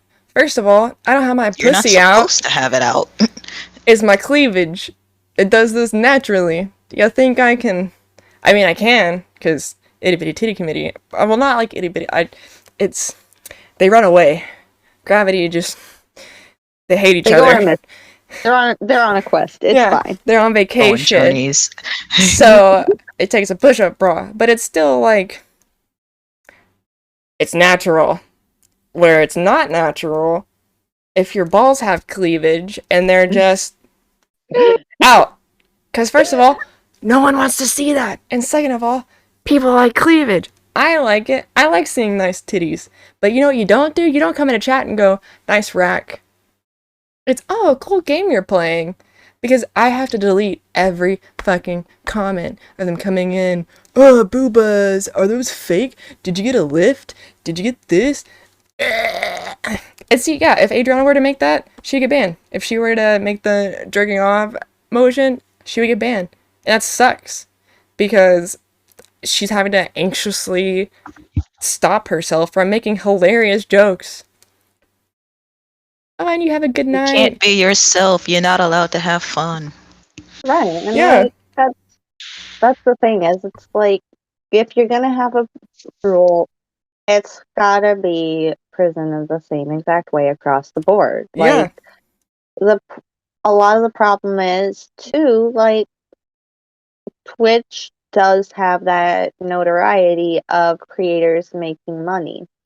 There was one point where a certain garden gnome creator had actually been on Twitch verbally and you too, Twizzy. You have a good night, sweetie. River, I just saw your Verbally DM. and mentally abusing his wife. And it was just okay because at the time he was trending and making Twitch a lot of money. And that's the thing too, is it's okay until the advertisers are like, eh. Oh, it's cold. I need to turn on the heat. But you don't see advertisers pulling out of the Dallas Cowboys. And like that's the thing though, is like this specific scenario I distinctly recall was so bad that people that were watching this stream clipped it and reported it to local police because they were concerned for his wife. And that's like the freaking girl streamers that get harassed in public. People will come like sit by them and would be like, "Oh, give me a kiss," and they're like, "No," and they're like, "You slut." And it's like, no, that's fucking weird to ask someone actually you don't know. Mm-hmm. Like, just because you watch me and talk to me doesn't mean you have the right to what I do. Right. And like that's the thing that a lot of people, it's that parasocial relationship thing again, right? Where it's that assumption, it's that objectification.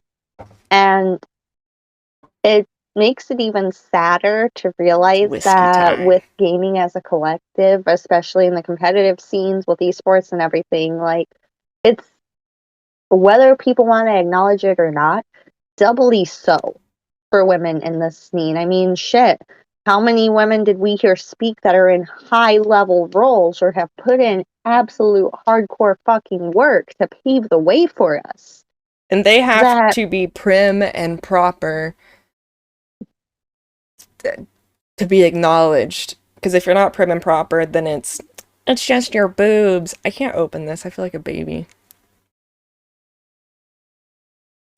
Oh no. And like that's the thing is like if we're not perfect 24/7, we have to worry about basically like the angry gamer boys deciding we don't deserve a place anymore. It's like my fucking acne spots where they're like, "Are those hickeys?" That's the first thing you jump to. Or they're like, "You're broken out," or someone in chat yesterday in her chat said, "Say good boy into the mic for us," and I was like, that's fucking weird. Weirdos. It's fucking weird. I'm like, they think it's funny. They think it's cute. Yeah. And they think that they're entitled to it. Like, I don't get where we got this mentality as a society that we are entitled just because we spent $5 on a Twitch subscription. Yeah. Like, we're married now. Like, last I checked, I cost a lot more than $5 to marry. Like, if we're going back old school, I'm worth at least like 6 goats. And then there's people that are like, she's literally had like celebrities offer to pay her for sex. And I'm like, you know how degrading that is? Because you're a porn star, people automatically assume you're a prostitute. No, they're thinking of an escort. Do I walk into McDonald's and say, "Oh, can I pay you to come cook these burgers at my house?" Right? Like, no, fuck off. I'm off of work. And that's just, it blows my mind that people can dehumanize people in that way. That you're immediately just like, "Oh, look at this meat bag. Time to fuck it." Well, and like that's the other thing too, is like the worst part about it is like obviously we're talking about women in gaming, but it's like it's shitty because I see it happen to men too. Like, yes. I'll use Tim the Tatman as an example, right? Like the running joke during the football season where it was like you could tell it's mad annoying. Like for the first time where it's like, oh, Tim cursed this team, haha, it's funny. But then like they just the entire fucking season went on to the point where, like, you could tell in some of his reactions, it was like, all right, like, enough's enough. Like, y'all are getting annoying with this shit. Yeah, because But they just kept going. beat a dead horse because they think it's fun. It gets a reaction, and they don't realize that you log off and go about your life, but we log off and sometimes our brains just repeat what we've read, what we've seen, what people have said about us. And I don't think people think about their words like that. That they're not like if someone's like, did you get a nose job? It's like, do I look like I got a nose job? Or Yeah. what shocked me was fucking people when I first joined her stream was the amount of people that asked her if her teeth were fake. That is such a weird fucking question. Right? To where that she has to have a command that explains her teeth. And I'm just like, could you imagine walking up to someone on the street and just be like, are those fake? Right. Like, that's so rude. Well, and, like, another part of it, too, is, and I'm gonna loop back to, like, women and other women. Like, one of the tournaments I played in, I felt super excited because I managed to take down a super badass female Warzone player. Just because my positioning, my escape was clean. And then I see a clip go up of that same thing, and it's like, oh, well, my duo partner can't fly a helicopter, ha ha ha. And I'm like looking at it, and I realize what the thing is because they brought it up in the Discord during the tournament. And I'm like, wait, like that's the one where I took out the helicopter with the SMG. But from this angle, it looks like I was just a shitty tower camper. Like, I get that I'm a new face and you guys are also trying to do this for a living, but like why would you do that to a fellow player? Like, that's the thing. That's super shitty. Is when, as long as you're not like camping and sniping, I won't shit on you. But like the people, you feel free to shit on me because I am totally a bunker sniper and I am not ashamed to say it. When it involves money, my ass will be a rat, girl. No, I'm saying like in pubs, like fucking people would run around with double shotguns and shit. Hate it. If you have strategy, yes.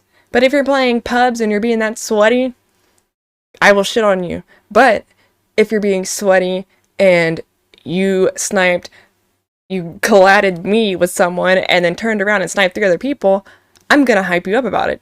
Because that's fucking nuts. Because that's skill. It's not, you're cheating. It's, holy shit, he went off. Like, damn. And I think that that's another thing that needs to be talked about too in gaming is giving credit where it's due. God, the number of times I hear people say like, oh, people are cheating, and like 9 times out of 10 I'll watch the videos and it's like, no, you just got outplayed. Like I've seen I'm watching I've played enough Warzone, unfortunately, to where I'm watching this and I can already see, like, at my level, 6 things you did wrong. So if you're going up against someone who's better than me, there's probably easily like 10, 20 things that they can identify off the drop that are going to say, hey, this is how I'm going to get this person. Like, that's not a hacker. That's just someone with a higher skill than you. And that's okay. And I saw a tweet. We're allowed to be better. I saw a tweet today too that was talking about, they're like, well, false accusations of hacking is also bad. My ear itches really bad. Is also bad because it's big streamers that do it, and then that person's name is tarnished, and there's really no way that you can show that you're not hacking. Oh, yep, I saw that one too. I know which one you're talking about. And I was like, well, yeah, that's true. Like, you can't be like, see, look, they'll be like, you just deleted the software. You just did this. They'll come up with every excuse. And like that's taking out another fucking person. And rather than getting good,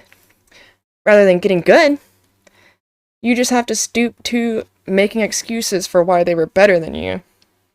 Rather than, oh my god, that person's skill was nuts. I want to be like that, so I'm gonna work harder. Or, yeah, like, shit.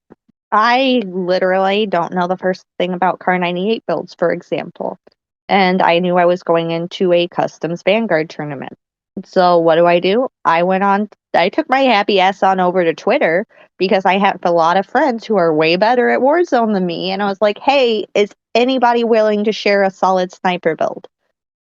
And I got an option that was phenomenal. And And it's like, what's wrong with that? it's just the bare minimum of communicating. Like, it's missed. And it's circling back to egos and not thinking of yourself as too big to ask a question, too big to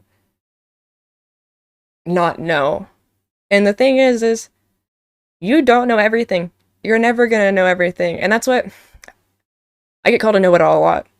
And I love that term. It's so great. and it hurts. It hurts. Audible cringe. Because and it hurts because then I have to preface everything that I fucking say with, I'm not trying to come off as a know-it-all.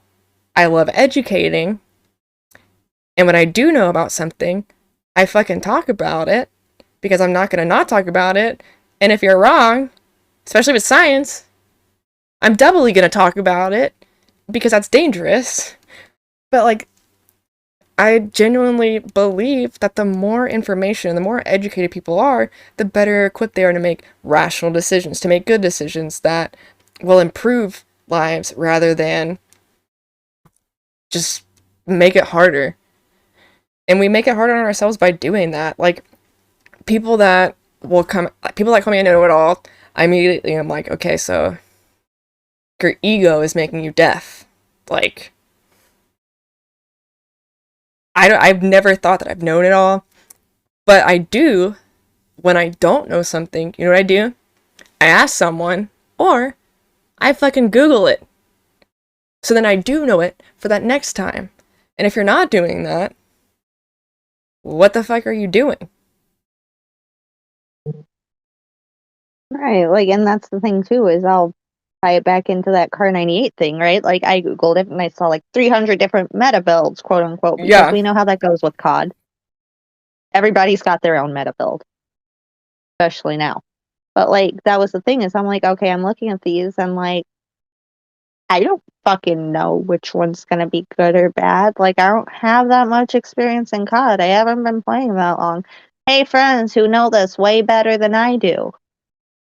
And chat has been the worst boss that Adriana's faced in Elden Ring because, one, people are trolling and telling her to go to bosses or do things that'll get her killed because they think it's hilarious.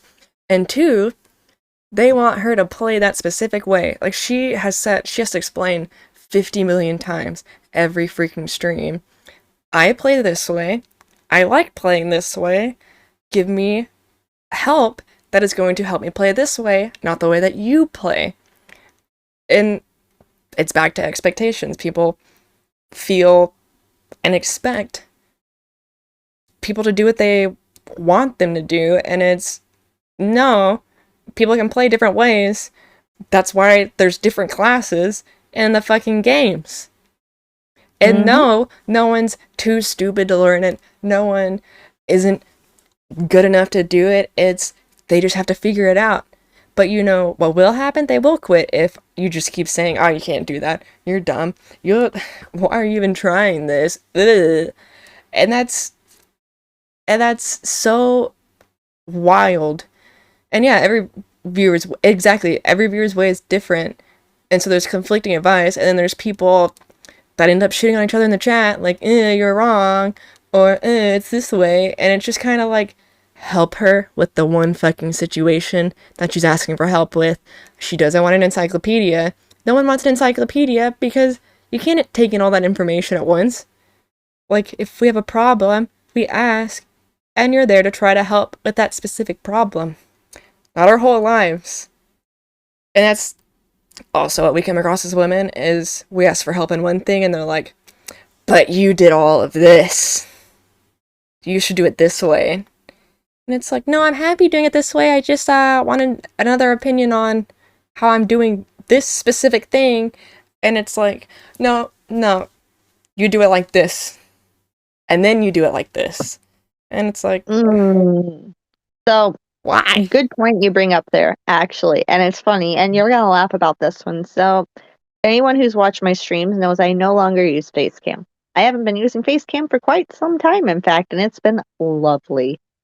But I will ask for questions from time to time on like, hey guys, like what do we think about like my interaction, or do we have any suggestions for bots and something like that in like a community I'm in? And the first thing I hear, can you guess what it is? Can you guess? Can you guess? Can you guess? Facecam. Yep, Show your titties. That's what they're saying. Show the titties. Facecam. It's always Facecam, and I'm like, okay, well, I don't want to use a Facecam, so And back if to my original facecams really mattered, then Corpse wouldn't be as fucking big as he is. Because no one knows what he fucking looks like. Right. Same, is it Dream that's like that too? I think so. And I know, then, like, there's Cryotic. VTubers. Like, Yeah. there's the whole VTuber community. Like, they could be dudes. Like, deepfake is a whole thing, guys. Like, they can change their voices and everything. I hate to crush y'all's dreams, but like, Oh my god, this brings another point. Content creators. One Imagine. time in Discord, this girl called me a catfish because I sent a picture without makeup. I think it was with like my dog, and she was like, "You don't like a profile picture." I'm like, "Yeah, because on my profile picture, I'm dolled up and have fake eyelashes on, and I'm not doing that at 11 o'clock at night while I'm snuggling my dog in bed because that's not comfy."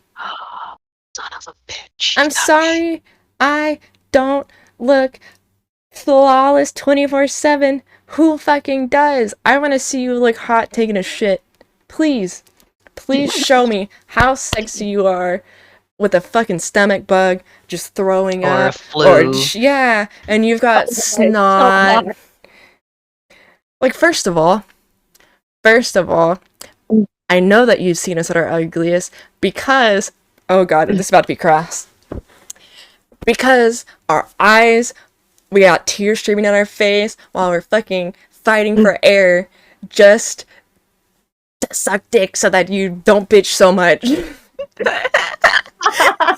We got tears streaming, our face is red. If you're wearing makeup, it's just like, ah. Yeah, And you love the shit out of that. You think that's hot. Like, oh, that's the best. Yeah, you think that's hot.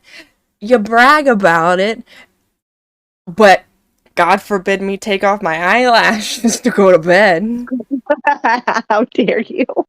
You should be choking on this dick 24/7. And it's like, can I just take a break? Can I breathe for once? Like, I don't. It's hard out here. It's hard out here. Suck it. It's something about to do it for money. See, I'm about to bring up some PTSD for you. I think the best thing I've ever heard was poor Z, one of the people we used to play with back in the day. We were all like, it was this whole big thing where people were trying to figure out what Z looks like, right? And she put up a picture of her holding her cat.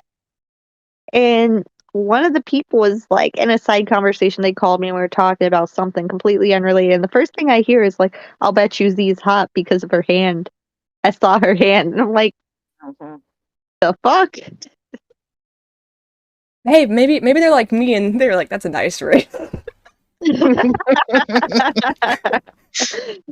Them some nice fingertips, girl. They're like, damn, those fingies fire. I bet you text like. I bet those send dirty, slutty texts. That's so weird. VTubers too can be anyone. Yeah, exactly. And first of all, Like they have a show called what was it, the VTuber singing competition that they had on TV at one point. I don't know if it's still going on. but also the fact that you can get off the hentai to these monsters, and me not wearing eyelashes suddenly makes me unfuckable. Like, You're what kind of thought Olympics was that? We got furries fucking in fursuits. But if I don't have makeup on, Oh God. oh god, let me put a bag on my head. Hold on. Let me just go get the paper you sack know real what quick. it is. You know what it is, right? Oh shit! I Like, didn't mean. real talk. It's the fact that you made yourself human.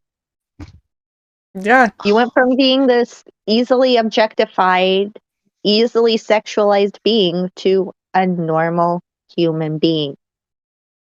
You mean How dare you girls? not be an object? Girls fart? They They poop shit? too. Girls have And guess what? They eat. diarrhea? They They don't. eat too. They eat. They burp. What the fuck? What the fuck? They Bullshit. can't eat. You're just Yeah, my supposed to mind's have breaking sex. right now. You're supposed to have sex and pop out babies. Nothing else. No, cook too. Don't forget. And Use clean. the stove, barefoot and pregnant. And wash the dishes. And choke on this dick. But it's true. That's literally, it sounds dramatic. It sounds over the top, but like those are some people's expectations. I know. And it's That's the worst wild. part. Like, what kind of backbends are you doing in your brain to do that? That mental gymnastics. It makes them I superstars. That hand It's impressive. cleavage. That's some Olympic level shit right there. Like, gold goddamn, medal. Right? You yeah. think you get all those neckbeard jokes, those fedoras. That's it. And then people are like, you're making fun of people. It's no, because they literally I'm they making an literally did observation very poignantly. that. They did that. They didn't have to do that. Like, some people can pull off handlebar mustaches. Some people, it And when makes they them do, look like that's awesome. pedophiles. You just, it's the thing. You just can't, like, some people can't grow facial hair. It's the thing. Some people It's don't have big genetic. boobs. It's a thing. We're all different. I don't understand how that's a hard concept to get, but we're all different.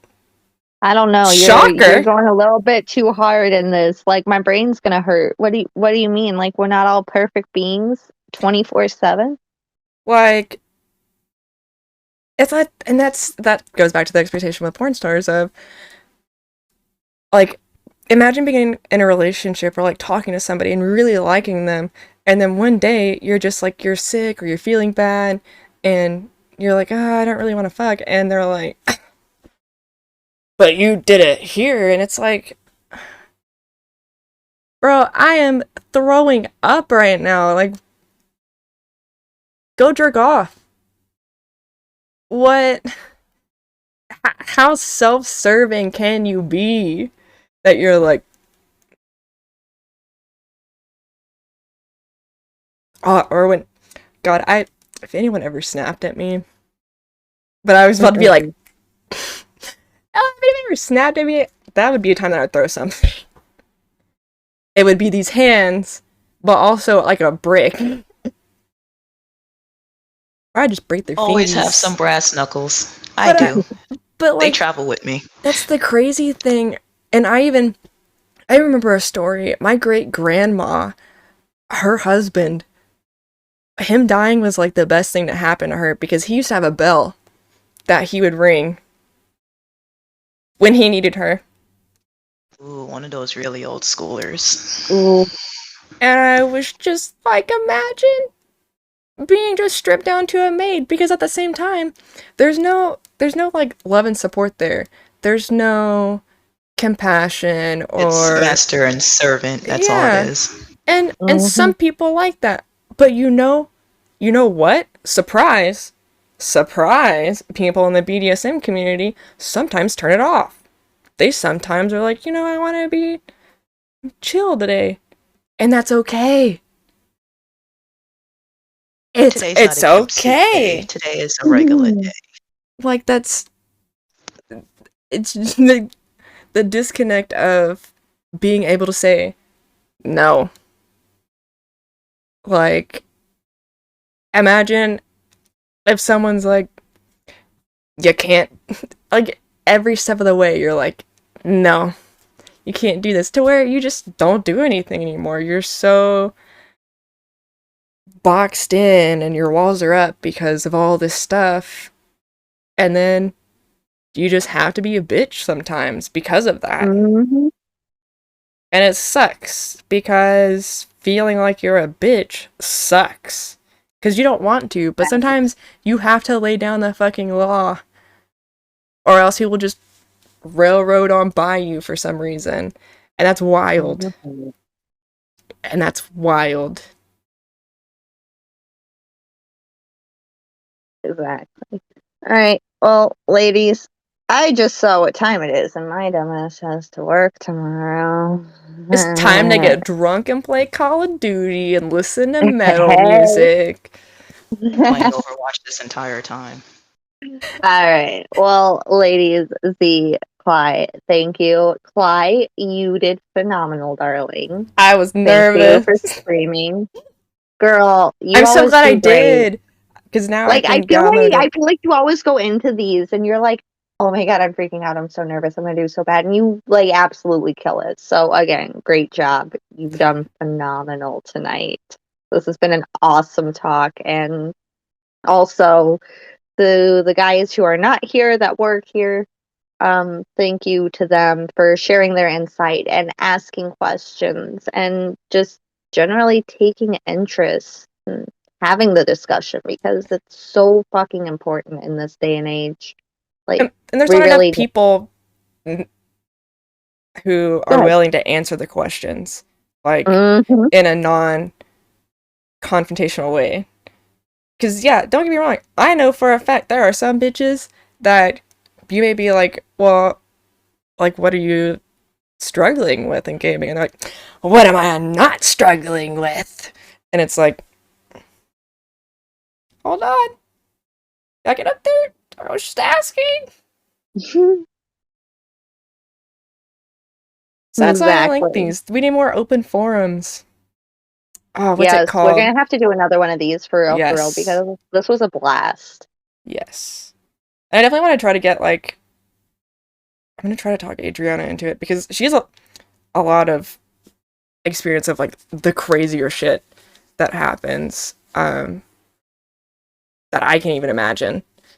The darker side of Twitch. Like yesterday, she told me that people in her Instagram DMs asking to shove fruit up their ass. Oh, lovely. Are they trying to make a fruit salad? What's going on here? That's not where fruit belongs. Like someone was like, I want you to shove a gourd up my ass. And I was like, I don't know how I'd react to that. Wait, up them? Yes. Yeah. Yes, men. All right then. Men. Like I said, the Because how pegging. your They face is just like, want it. what? They don't want to Actually? say it. And I'm just like, that's the thing, is people are freaks. I don't kink shame, but some people are freaks. Mm-hmm. They just hide it very well. Provide the produce and I charge by the hour. Because I was like, charge by the minute. she's like, I'm not kink shaming. I'm like, I'm not kink shaming either. I'm just judging from behind this bush over here. With binoculars looking in. Just like, the fuck's happening?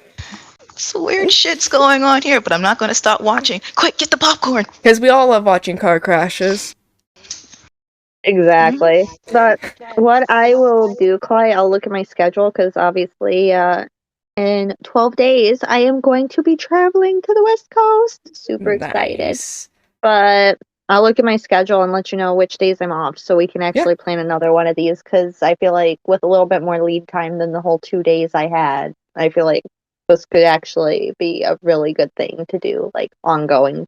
Yeah, and I'll be a little less pissy when I'm not on my Yeah. rag. Last time I said my Say it's Scourge of the Red Sea. You gotta make it sound biblical so you know it needs to be taken seriously. The other night, literally the other night, Moses is coming, beware. because I'd gotten quiet, so I was like, okay, I'm gonna say something about it. I was like, oh, my badge hurts, and instantly 5 people left, and I was like, happy International Women's Day to me.